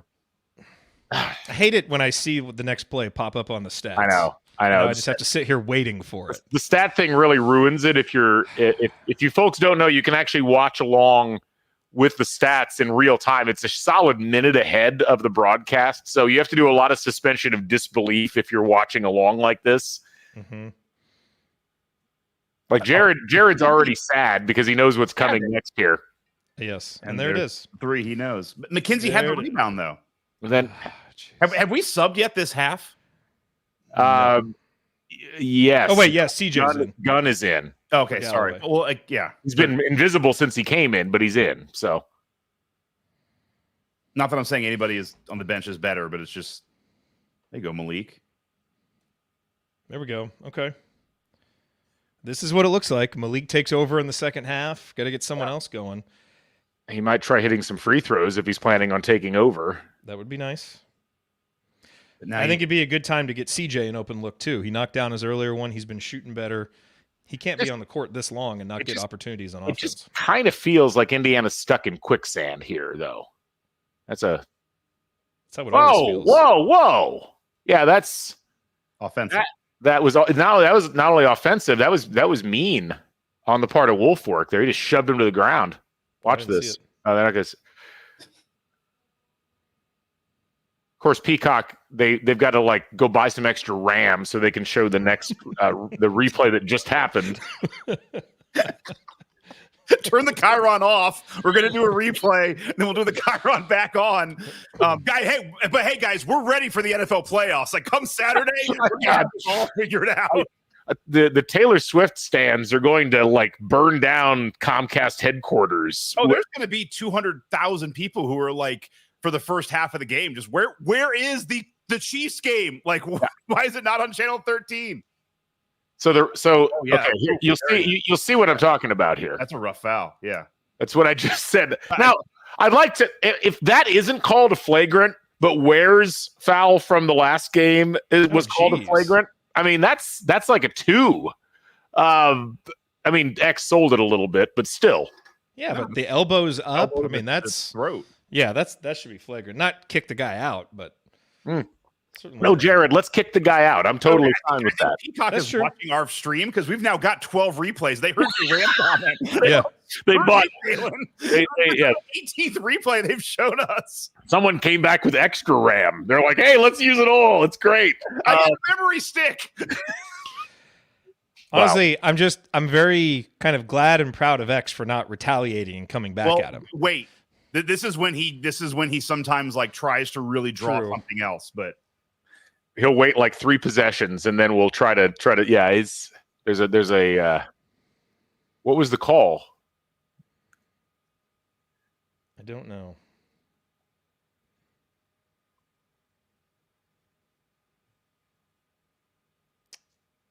They're talking with the coaches. Yep. Charlie over there keeping an eye on things from press row. Coaches seem to accept whatever was said. I like the guy just filming. Wait, Bryce, did they really call it a common foul? What? Are you kidding me? Good grief. Wow.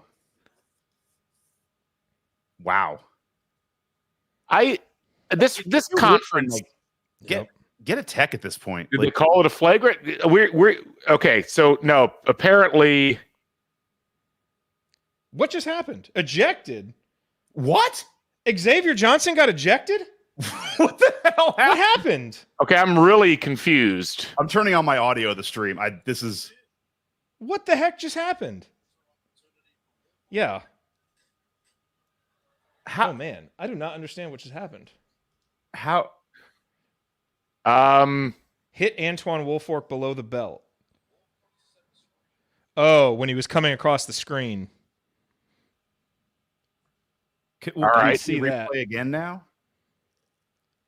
Wow. Right after I said I was proud of X for not retaliating. Yeah. Well, he didn't. To be fair, he didn't retaliate. But he initiated so, now we know why the guy pushed him down. Okay. I got to be honest. Geez. I got to be honest. I think you got to do some kind of an in-house suspension on something like that. I mean, I don't understand with this team's season hanging in the balance. I have no idea why you would allow that to go down on your basketball team. That's just a dumb play. Man, X. Come on, man. Yeah, that's. Now I will say, there you go, Trey. Ooh. They probably should have still called something on. Yeah, it's like a double, like a flagrant and an ejection, but yeah. Yeah, I don't know. Someone pops you in the junk. I think you get one push to the ground, honestly. That's just a terrible decision by X. I'd like to defend it. No, he's done it before and gotten away with it. You're a six-year senior. I mean, we talk about like the senior leadership, all that stuff. It's like that's unacceptable for a senior leader. Yeah. At this juncture, as we all pointed out, the most important part of a game that's maybe the most important game of this season so far, and you need him. Like we saw it in the game against against Ohio State. Like he makes things happen. When he's not there and not playing well, we have Nebraska. And jeez, yeah, we've missed 7 free throws. We're down 3 points. Come on. I mean, as bad as things have gone, we're down by 3, 12:45 to go. Like, let's go. There's a win here to be taken against a team that's not going to be able to score very easily. These guys have put themselves in position. Now we need to go take this one. We'll see. I'll save my comments for after the game, but there you go. On what the X thing on the bench, like, hey, coach, I didn't hit anybody in the nuts. The idea that they're going to be able to come out and do something. I mean, there's 12, 7.5 minutes gone already in this half. Like, if they were going to come out and play with passion and intensity, what are you waiting for at this point? That's very fair. I mean, I'm just looking for competence. I know competence will beat this team. This is the triumph of experience over hope for me, Jared. No, I know. New tagline for the pod. Yeah. God, there you go. That's a foul. Thank you. But that was such a bad play by Rutgers. Like, they're not good. Here's one thing that I will say. X was awesome against Ohio State. And Scott, you're right. We know that we need X playing at a high level for us to play well. Early in the season, the offense did run better when X was off the court and other guys were on there. So maybe there is a chance that, Trey can get in there and we can kind of tap back into some of that. It's not good for the long term. Don't get me wrong. Yeah. But, I mean, with what X is giving us right now, I mean, just complete chaos. Yeah. Yeah. I mean, at some point, it may just be better to just be able to roll with the guys that you can count on a little bit more. And I have defended X more than anybody.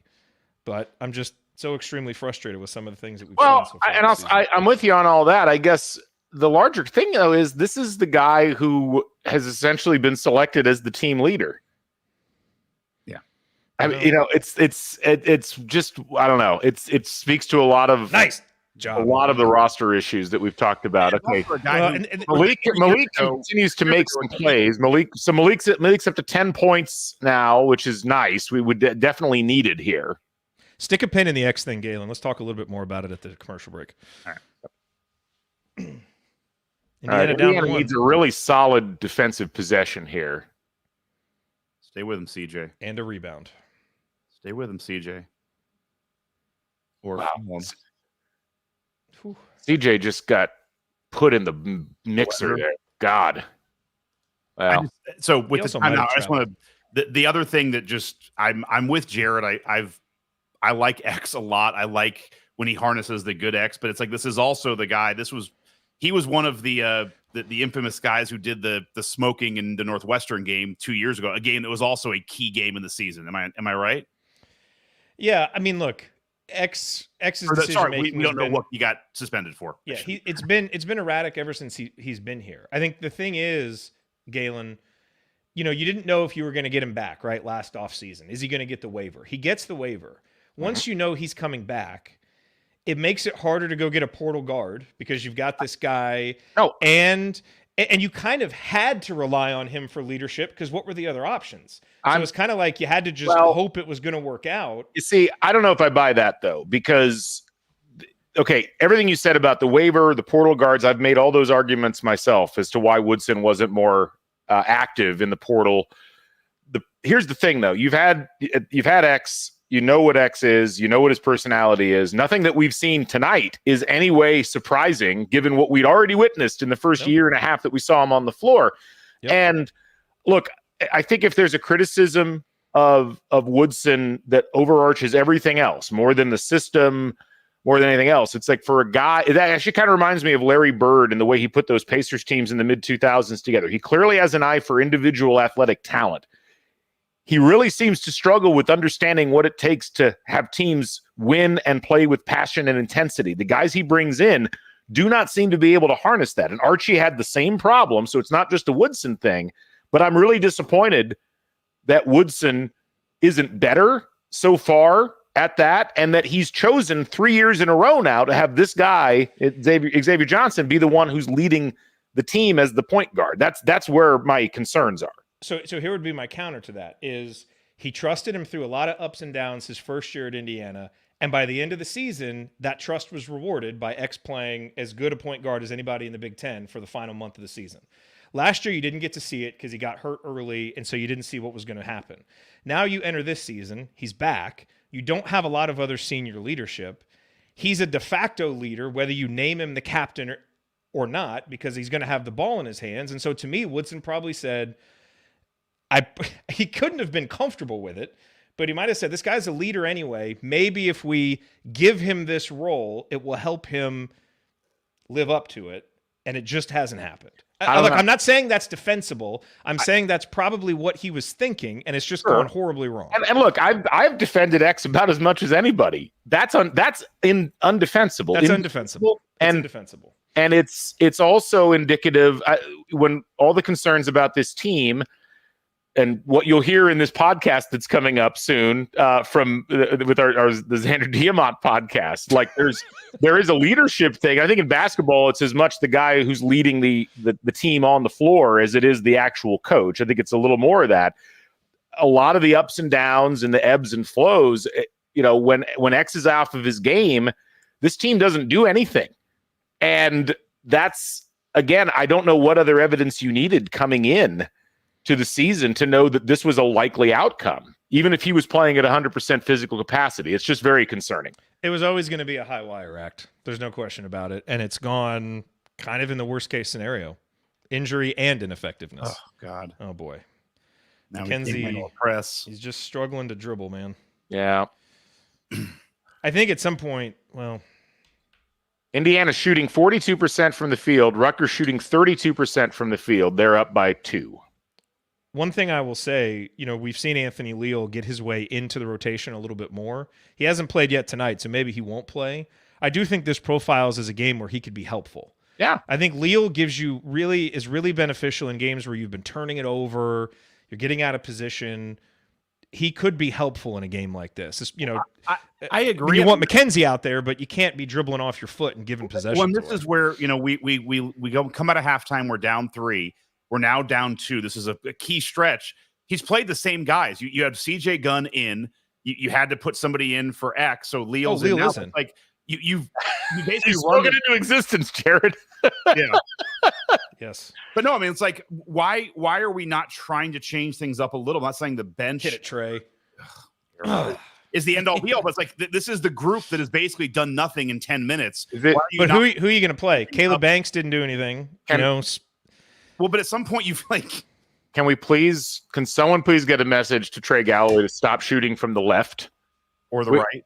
Well, no, he actually shoots fine from the right, but his shots, I don't think he's like 10 or 15 shot like points per possession lower than he should be shooting from the left. I'll get the chart and call it up. It's pretty bad.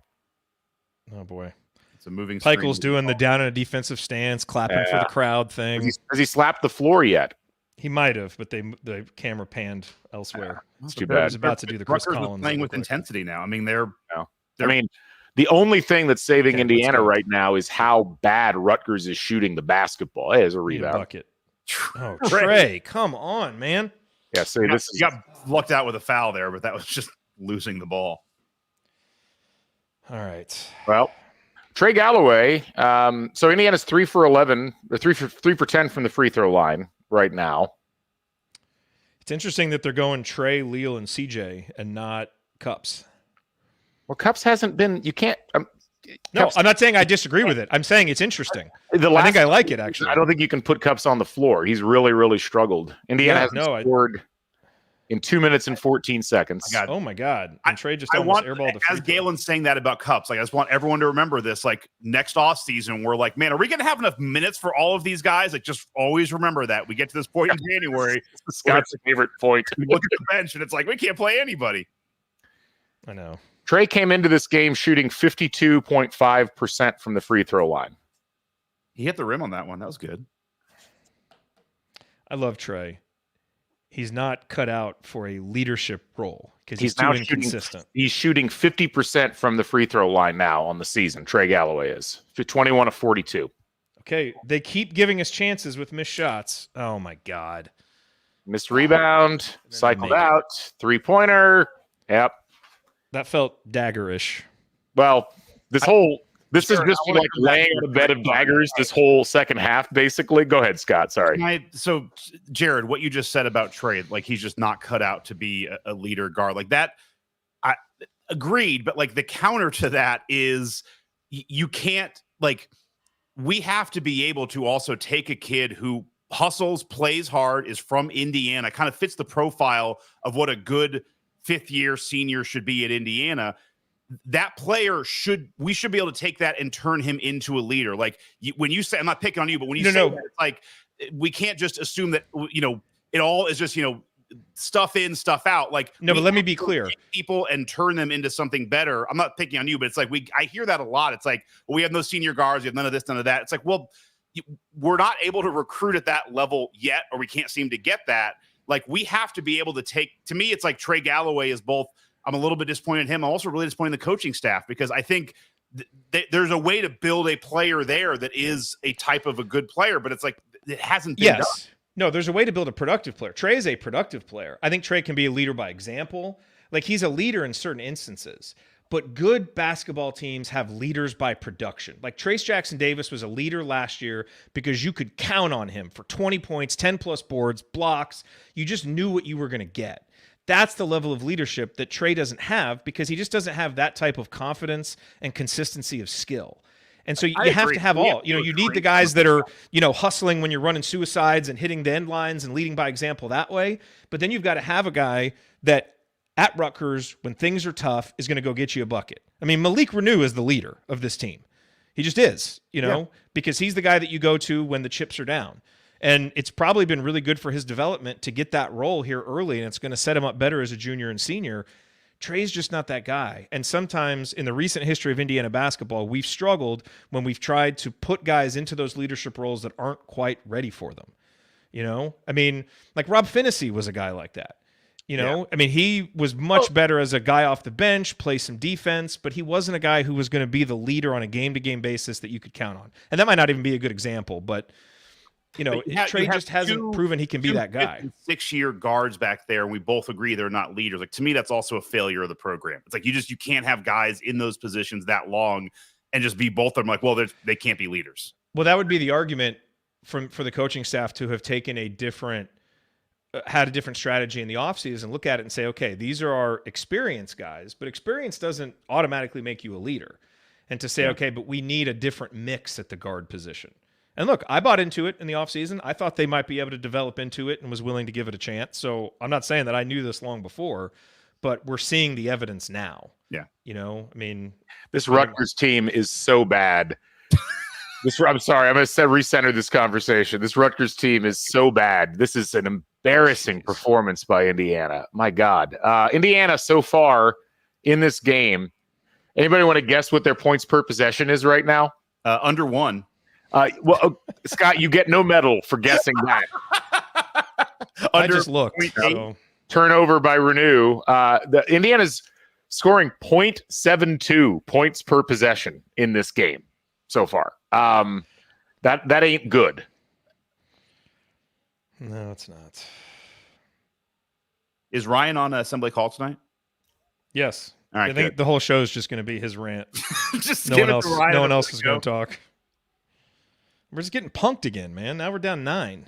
Could you just put like Teddy Ruxpin on the post-game show tonight? Like Ruxpin. Wow, that's a callback. just speak and spell.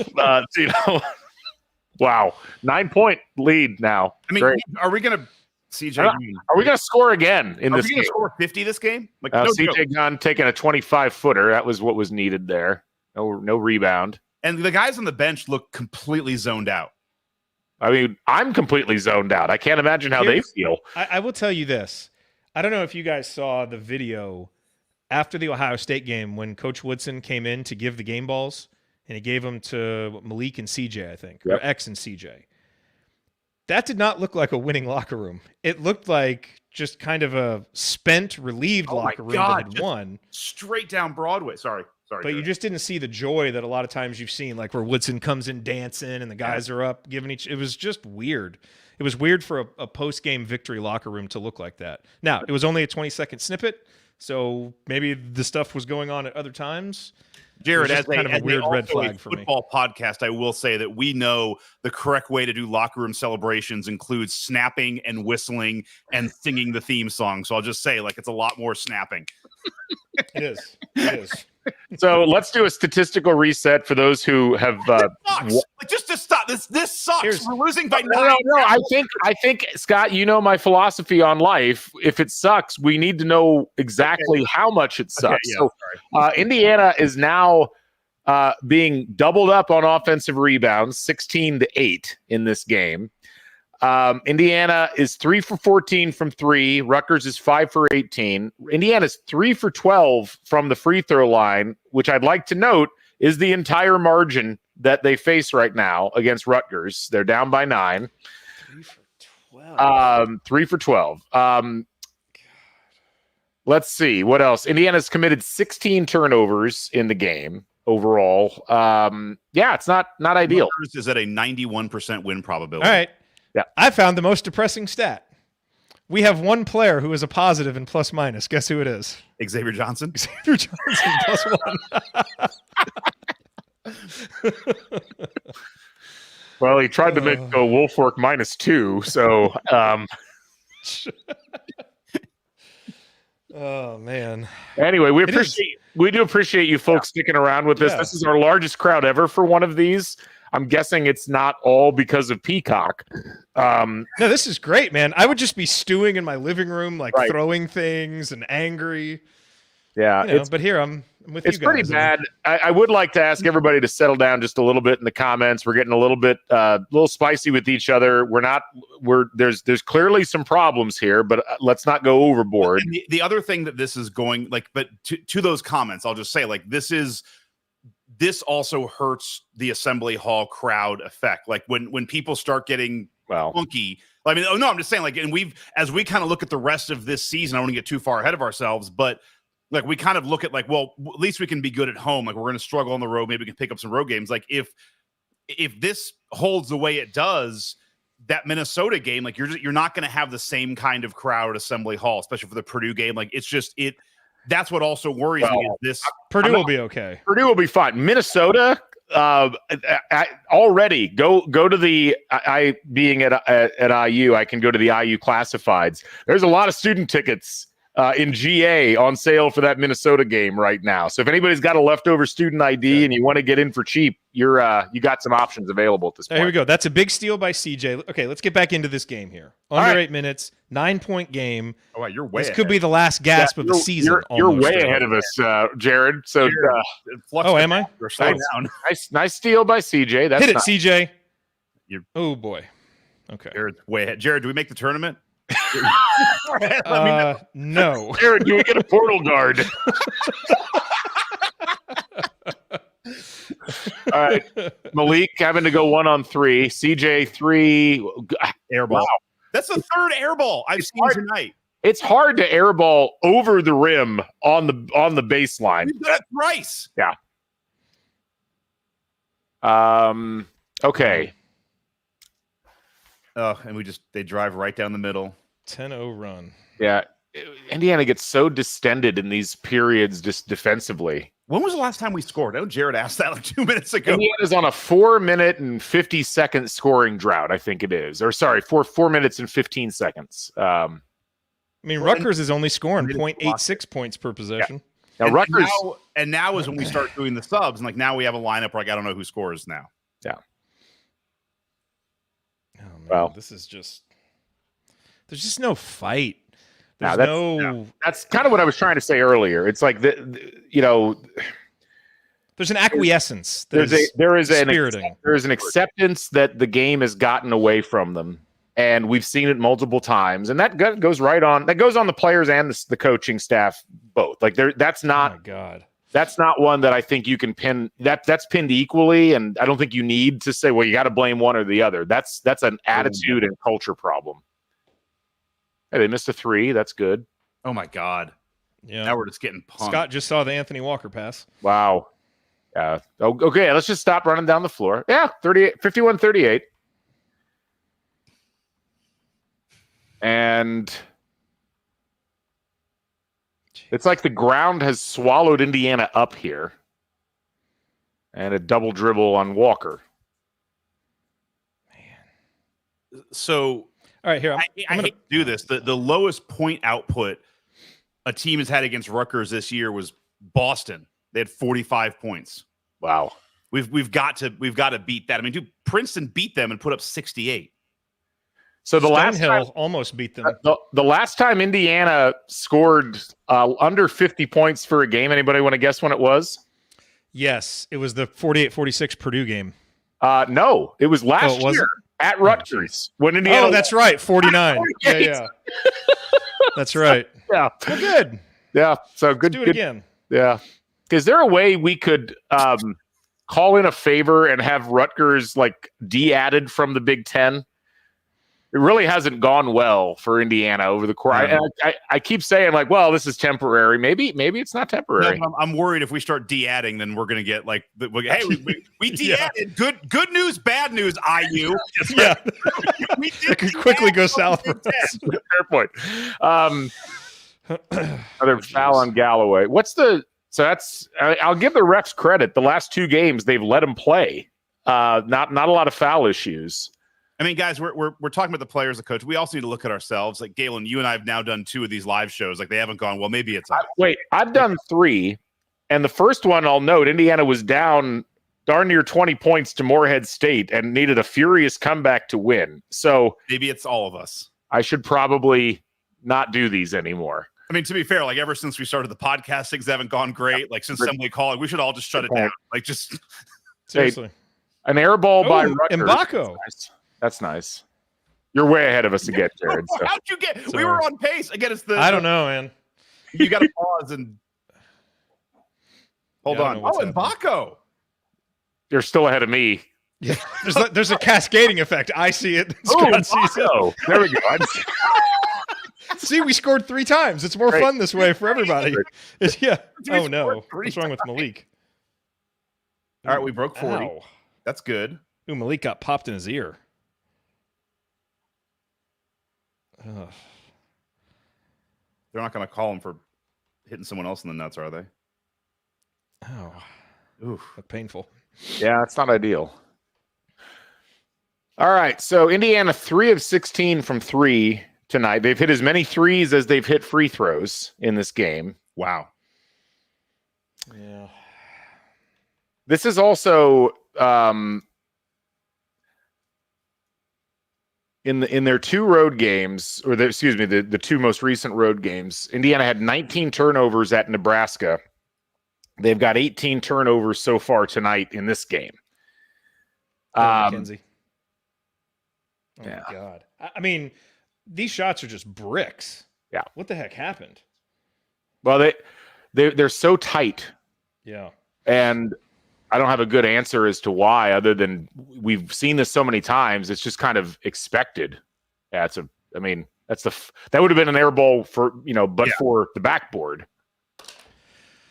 Oh boy. The thing is, like, it's still theoretically not over. Yeah. I mean, it is time on the clock. Oh my God, just put him in a washing machine. Wow. Oh man. I don't know what to say. I mean, you're seeing the culture and identity of 2 different programs on display right now. After timeout. Yeah, this Rutgers team, they don't have they don't have the Geo Bakers and the Ron Harpers and those guys. What they do have is players who play hard and play tough and play together. Yeah. And that helps them on some nights overcome their limitations. Indiana, we don't have that. Right. Every now and then our talent comes through and we play well, but there's no, like, when you watch this team play, there's no real signs of culture or togetherness or identity, really, at least none that we would want to have. That's what's so frustrating about this. Like, we can all watch a game and lose if you're competitive and it's a good 40-minute game, but just these totally listless performances. It felt like last year, because I agree with you, and that's been an issue, again, across really much of the last couple of coaching staffs and even a little bit at the end of Crean's time. It felt like Indiana made a little bit of progress last year with that. They really only had like 2 games on the road once things got going in the Big Ten where they looked like this. The game at Maryland, the game at Michigan State. And I mean, throw the Iowa game out at home. I don't know what the hell happened there, but it felt like they had really put it together down the stretch and weren't playing like that anymore and had some kind of esprit de corps. And it's all gone. And certainly a lot of that was Trace Jackson Davis, Miller Kopp, Jalen Hood-Schifino. A lot of that came from that group. It's just jarring how there's none of it with this team at this point. It's like they play well at home, but that's again, I don't think you get rewards for playing well at home because you've got 17,000 people cheering for you there. It's just table stakes for being a competent program. It's very naked that they don't seem to have much cohesion. This is in college hoops 2K8, like the team unity number is at like 3% for this team right now. Yeah. So one thing that I was thinking about, and Tony Adrani actually tweeted something out similar to this. We have similar thoughts. I love comparing coaches and coaches. In Archie's 3 years, his first 3 years, he had 14 games where we lost by more than 15 points. Yeah. Do you know how many Woodson has had in his first 3 years? There you go. More. Nice. Yeah. He's had 13, but we're barreling toward him being tied for the same number of 15. You don't want to be on par with Archie Miller. Well, he's still got the rest of the season to go. But that's to your point, Jared, of just how when we lose, it's these devastating losses where we look uncompetitive, and that really takes a toll over and over. 13, 14 of these in 3 years is just too many. All right, 10-point game, 4 minutes to go. Mackenzie Mbako hit a 3. Here we go. It's happened to us. We've given up a lead like this a couple times at home. True. Yeah. So maybe we can do it to them. A couple times to Rutgers. Yes. Rutgers, Penn State, Maryland. There's a few of them that every now and then. I mean, this also, I would say, in a positive, this has very similar vibes to the Penn State game last year. You know, when they were on a 3-game losing streak, they lost to Penn State. It felt like, I think they had one more game and then the Purdue game at home. And it's like, it felt like things were going to hit a wall. And then they did turn it around, albeit they had Trace Jack Davis. I mean, but I'll go against my own self now. It's like the frustrating thing about this is why I was excited about this year is that, you know, this is the most 5-star talent we've had in quite a while. Like, this is not an untalented team. It's not like, you know, we did lose Trace Jackson Davis. You lost Race Thompson. You lost some pieces, but you had senior guards. You had, you know, 3 5-star players on this team. You have a lot of talent.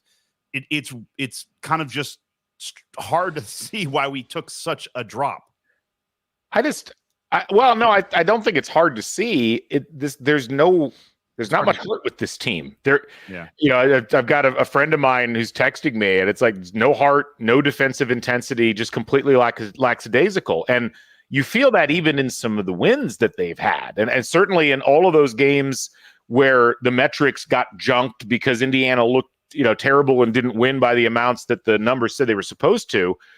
A lot of it really comes down to that. I mean, every time this team's needed to play hard for a long stretch, they've chosen the opposite. And who do you count on night after night to be a solid performer, at least just on the defensive end? I can't name a single person. No. And again, it's like there's culpability with players there, but as much as we've ragged on Crean and on Archie Miller for not having their guys ready to play and not having them playing at a certain standard, Mike Woodson is not immune to that. And that's been, I'm shocked. Again, I've said this on the podcast, for a guy who is so steeped in the history and the lore of IU basketball, it's hard for me to reconcile that with what we're seeing on the floor more often than not from this team, even in some wins. It's a great point. I mean, I wish there was an answer to it. You know, Scott, to your point about the talent, like we have some stars. There are 4 and 5-star guys, and we got excited about that talent. But this is where, like what Coach Signetti said, it's like, I don't worry as much about stars. You know, talent, you have to have a certain level of talent just to get in the door. But then you've got to have talent that fits together. And you've got to have individual players that get better and that, you know, have skills that are complementary. And this is the problem. Like, we kind of have a roster that's thrown together. You know, we knew that it wasn't going to fit in certain ways in the offseason, but we hoped the talent would overcome it. But that was with a baseline expectation of, like, playing with competitive focus every game. And when you're not doing that, talent, scheme, strategy, none of that stuff matters. That's coaching. Like, I mean, in a vacuum, it's like you have 2 5-star post players, you have 2, you know, 5 to 6 year senior guards. Like, that's the profile of a really good team. Like, at some point, it's I don't know. Well, 3 minutes and 20 some seconds here to do something, I guess, or 4 minutes left to do something. I mean, it's 4 minutes, only 10 points. Right, get a rebound. Here we go. I mean, Rutgers may open the door because they may not score. So there could be opportunities here. Hit it, Malik. Never mind. Ooh, Mbako off a screen for 3. Jared is so far ahead. I mean, it's actually nice because I'm learning. I don't have to get excited about anything. Jared will get excited for me. That was, if he hits that shot, makes it a 7-point game. Feels like maybe there's something happening. But they've been long on every shot. Have you noticed that? Mm-hmm. It's just, either too amped up or. Ooh. Foul on gun. Just put your arms down, man. You don't get to talk to the ref when you're down 10 at Rutgers. Oh, well, something happened. Okay, 8-point game. All of a sudden, Trey's just streaking down the floor. They didn't show it, so some sort of steal, I guess. Okay. See, now, jump ball. Now we're playing. Okay, this annoys me, I have to say. I like to see it, but this annoys me. When you play poorly for 36 minutes and then you make one shot and now, we're scrambling and we're playing hard and we're trying to get the ball. Where was that all game? It is almost infuriating to watch it at the very end when you're losing. I completely agree. It's like, why do you have to wait until your back is not only against the wall, like you're against the wall, there's nowhere else to go. The fire is at your face. Like, I'm happy it's happening at all. Don't get me wrong. But, well, hey, look, there's still time. But a different game. Look, and we just forced another turnover. Well, you look. We're still waiting to look. Turnover yet. I'm just setting this up so I can really screw with you later. Out of bounds. Yeah, okay, that's nice. That was a turnover. Get a side out here. Be great. Jared's watching a different feed than us. He's watching the Indiana win feed. The crowd, Dale and I are stuck watching the Indiana all the lose. folks in the chat are getting mad at Jared now because he's ruining the Oh, suspense. shoot. Are they? Okay, sorry. I didn't realize I was that far ahead of everybody. All right, I'll stop. He both traveled wait. and went out of bounds at the same time. That's pretty remarkable stuff. All right, we got inbounds play here. Just had to hit threes to win this game. Or Trey. There you go. What are you doing, Trey? Okay, nice kick out. Nice shot for Renew, and he missed it long, of course. And a little bit left. These were the ones we needed to make. I mean, I like, we've taken 19 threes. That's a good number for this game. Most of them have been good shots. But again, as I said, the teams that have lost to Rutgers have made an average of 6 threes. The teams that have beaten Rutgers have made an average of 8. We needed to do that, and right now it's not looking like it. Well, because that's where the good looks were going to come from. Well, that and the free throw line. I don't even know what to say about that. I have a stat. I think we've airballed more threes than we've made, or at least tied, because we've made 4 threes. I know we've airballed 4. We've airballed 5, I think, actually. Or well, one was not an airball, but it hit all backboard. Can we email Ken Pomeroy and see if we can turn that into a stat?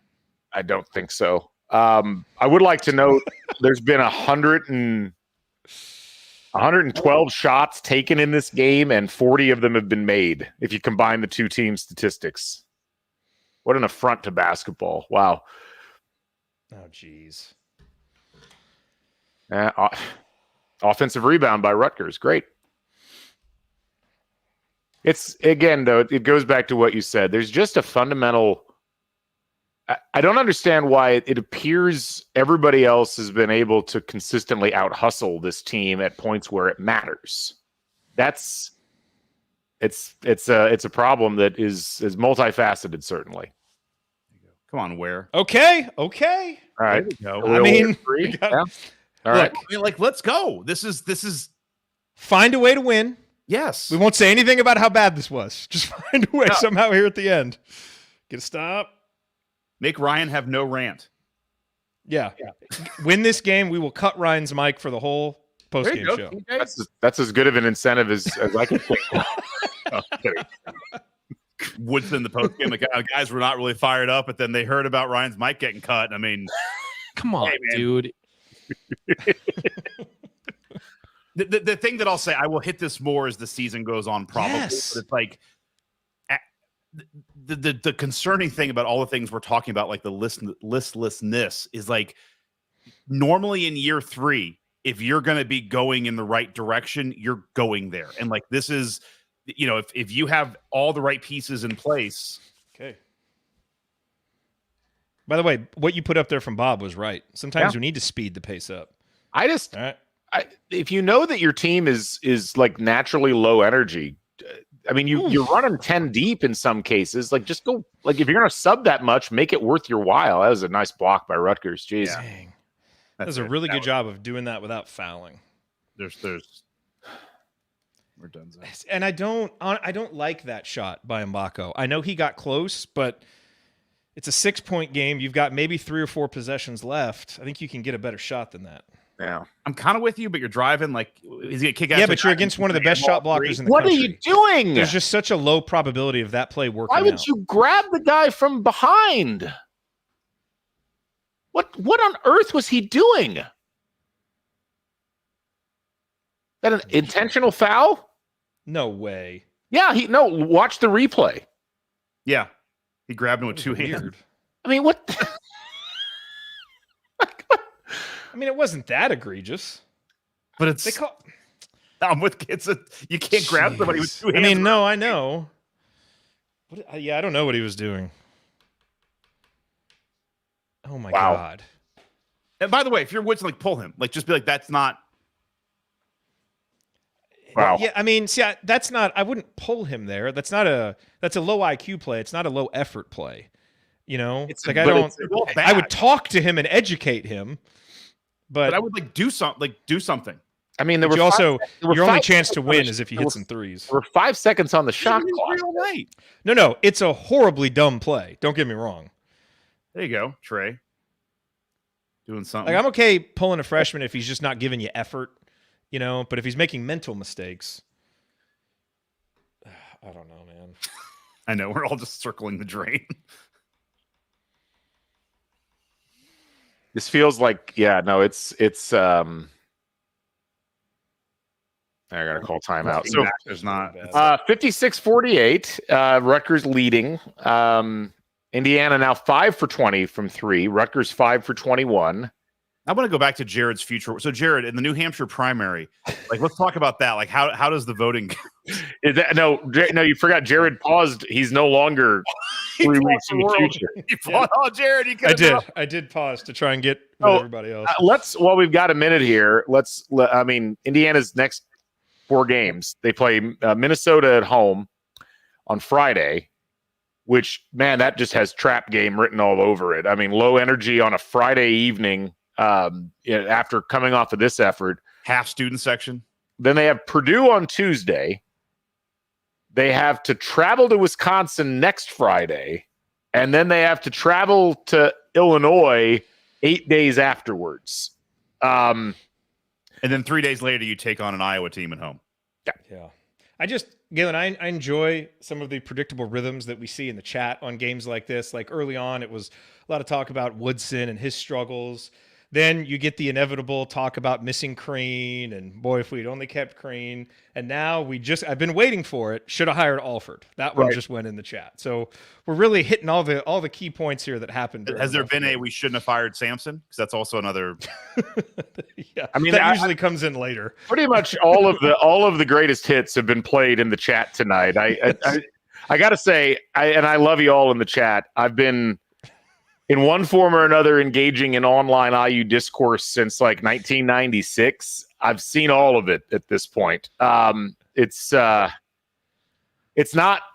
There's nothing inherently wrong, but it's also not fixing much with this program at this point, because all of these cul-de-sacs you folks are asking for probably we're not leading anywhere more positive. I don't know. No. It's interesting.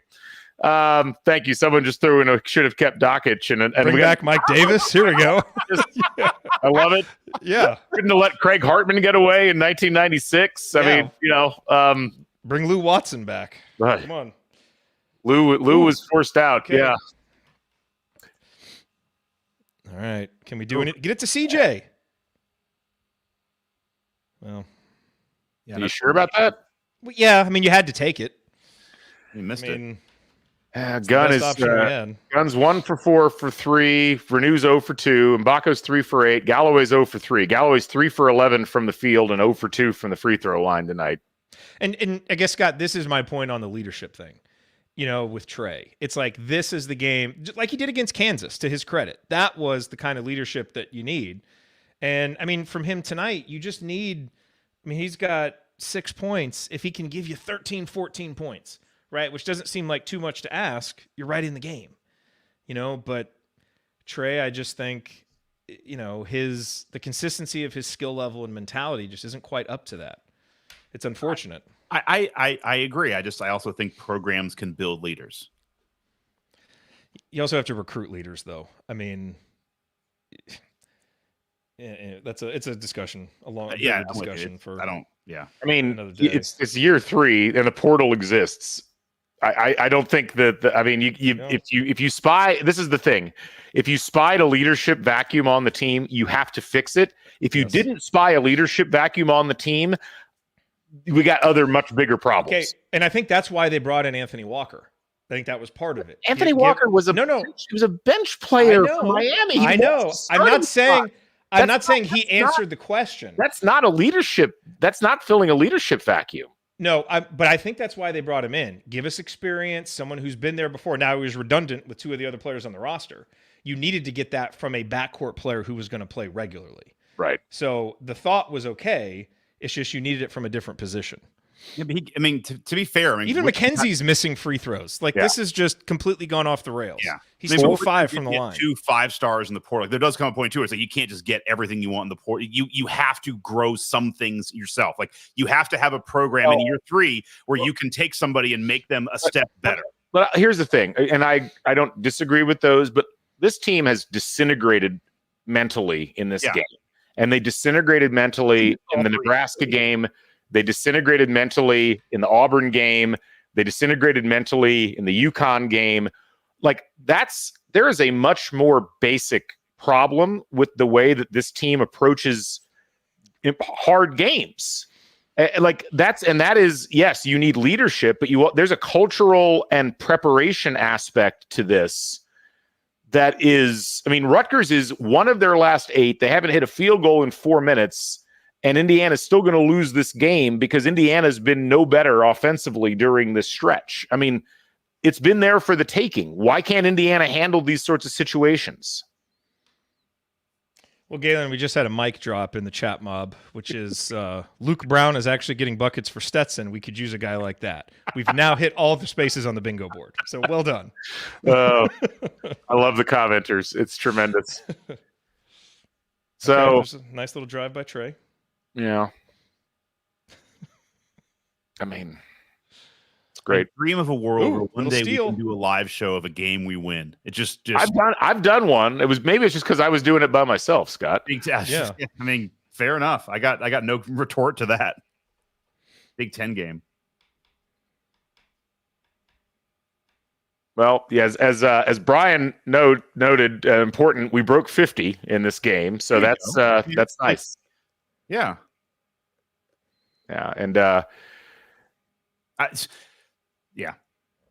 And yes, I think I had like one of my better friends, Danny, went to Michigan, so like he was pumped. Like I last night, I looked at my wife and I was like, "When the hell do I get my championship? Like when do I get mine? Like I got friends, Michigan State, like when do I spent a night where I just watched Penix get destroyed, Halliburton tear his hamstring. It's like now I got to deal. Like when do I get mine? Like I just picked all the wrong teams. Yeah. Like, when it goes bad, it goes real bad. It's like Halliburton hurt, Penix. I just want one. I know. Well, 6-point game. Now 26 seconds to go. Can you make a defensive stop here? You've made some and thrown them away. And I don't. Sometimes we get in games like this, and I'll see folks say like, "Well, credit for not quitting and keep fighting." I do not buy that line of logic. Quit 20 minutes ago. You should play for 40 minutes. I don't think you get credit for just fighting at the end. I mean, it's better than the alternative of them not just losing by 30. So I'll give them that. But it's like the people who are like, well, they played hard at home against Kansas. It's like you don't get. There's things you don't get credit for if you're Indiana basketball. If you're Minnesota, different story. But yeah, so.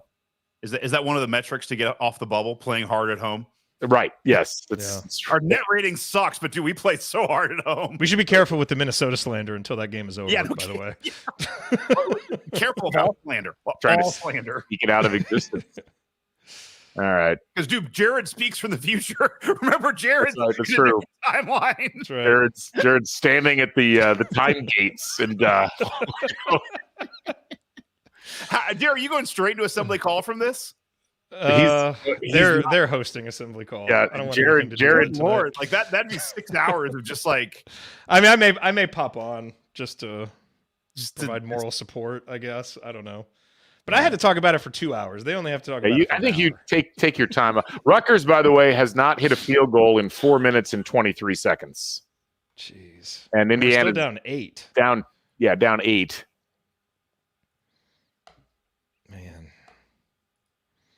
A lot of end of game stat padding for Indiana that's going to make it look less bad offensively. So I think just those of us who were here will remember. Yeah. Well, they understand the metrics. They know what they got to do to make the tournament. They're just Again, how does this help our tournament chances? It's not, again, it doesn't. We're not even on the bubble, Scott. It doesn't. It's not the end of the world. CJ hit one. Yeah. Yep. Pat statting. What? You mean stat padding? Pat Put that in the Scott files. That should just be the last line. The feed should have just cut after that comment. It really would have been perfect for this evening. As Dr. Hoosier points out, what they have to do to make the tournament is win the Big Ten tournament. Yes. It is for the first time being held in Minneapolis, where Indiana's got a great history of basketball success. So I'm sure that will solve things. I'm sure that'll be well attended. Maybe for the best. We'll have more people at the live watch here on StreamYard than they'll have at the Target Center for those games. Fair. Yeah. All right. Oh, breaking news. Pat Statting, next IU coach. Yeah, he's tremendous talent. like Ivan Renko. We can get it going. Get it going on Twitter. Like he's got to recruit Ivan Renko. Like let's go. Pat Statting. Well, folks, we greatly appreciate you joining us again here, and this one is Dunzo. 66-57. I mean, Indiana. If you want to go fully by metrics, Indiana was expected to lose this game, according to Ken Pom, and perhaps we should start listening to the metrics after all. Perhaps the analytics aren't all that bad. Rutgers wins despite not hitting a field goal for the last 4 minutes and 40 seconds of the half. They win despite shooting 32% from the field. They win out rebounding Indiana 51-40. Indiana had 8 offensive rebounds and Rutgers had 19. So let's go to final thoughts. Jared, you first. Yeah, on behalf of Pat Statting, this has been the Home Network. Good night. Scott, any final thoughts from you? Honestly, I don't. Go ahead, Jared. Yeah, I mean, really just what I said. It's so dispiriting to watch us just get ground into dust on an opposing court. And that's what happened. I mean, a 9-point loss to Rutgers is kind of like losing by 16 or 17 to anybody else. Yeah. And the big question mark coming out of this now has to be, what do you do with Xavier Johnson? Yeah. I mean, that was ridiculous. And I mean, that ended any chance Indiana had at anything happening. So, we can laugh about it. And, we've kind of tried to mask the tears and disappointment with laughter here. But there's some really serious questions to be asked heading out of this game. And I'm glad that there's other people on the postgame show to ask them. Scott, final thoughts? Yeah, I mean it's not good. You talk about going to Ken Pom. I mean, that's going to be there's only 3 more projected wins, although we're projected to go 8-12. But a home win against Minnesota, a home win against Penn State, a home win against Northwestern. That's not good enough. I mean, I'm going to quote some Galen stuff. Like for a program that is consistently talking about being elite and being high level, year 3 of a coaching staff should not be taking this big of a step back when you didn't take that much of a step back in the recruits you brought in and what you did in the portal. You had a good offseason. It should not be this far off the mark. And this team is, not just with what Xavier did tonight, it's not all on him, but just with these games where I don't want to say give up, but they kind of let go of the steering wheel for a while and they lose these games that are really uncompetitive in the second half. They're becoming really a not fun team to watch. And I think a lot of people are getting frustrated with the team. And we're an upside down world. Like this is what we talk about in football, where it's like, you're going to lose the fans. People are going to stop showing up. Well, it's going to happen. Like this was always part of a slow build with Woodson. It was never going to be a long project. So they've got to get some things figured out. You have a good, easy home game on Friday to do that. Do it. And then continue doing it and do some things you're not supposed to do. But they've got to get stuff turned around quickly. The last positive is like you had this against Penn State last year. They got completely blitzed by Penn State last year. And then they turned around and just pulling it up. They beat Wisconsin at home. They went to Illinois and won. They went to they beat Michigan State at home. They went on a tear. Yeah. And so you can still do that. And like they need to do that because they're losing they're losing the grip on the season, losing grip on the fans, losing the grip on everything. So they need to get it turned around.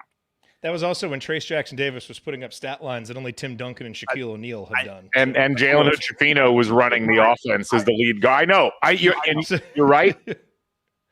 Ultimately, this looked a lot more like Louisville than it looked like Indiana.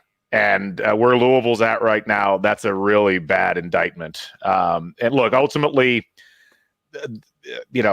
this kind of effort, they'll probably play well against Purdue. They might even beat Purdue because they play well at Assembly Hall. But this team has backed themselves into a corner where you can't rely on that. That's not going to be enough this season. And you cannot keep going out and playing like this as Indiana. I mean, if this is what the roster and this is what the coaching is leading to, this can't be the normal with Indiana. I'm sorry. This is a bad Rutgers team. It's a Rutgers team that, they is so bad offensively. It is shocking that Indiana couldn't do more against them. But it's a Rutgers team that's a lot more coherent than Indiana, and a Rutgers team that understands what they are and what they can do. So Indiana doesn't seem to have either of those things going for them. Anyway, Assembly Call is starting. Go check out the guys as they'll break down in perhaps clearer vision than we had. Thank you all for joining us. Thanks to Mason Williams, who was on earlier. Thanks to Scott for his post Mahi observations. And thank you, Jared, for sticking with us throughout the course of this. Thanks all of you for joining us here on the show. We'll catch you at some point in the future. Have a good one. See y'all.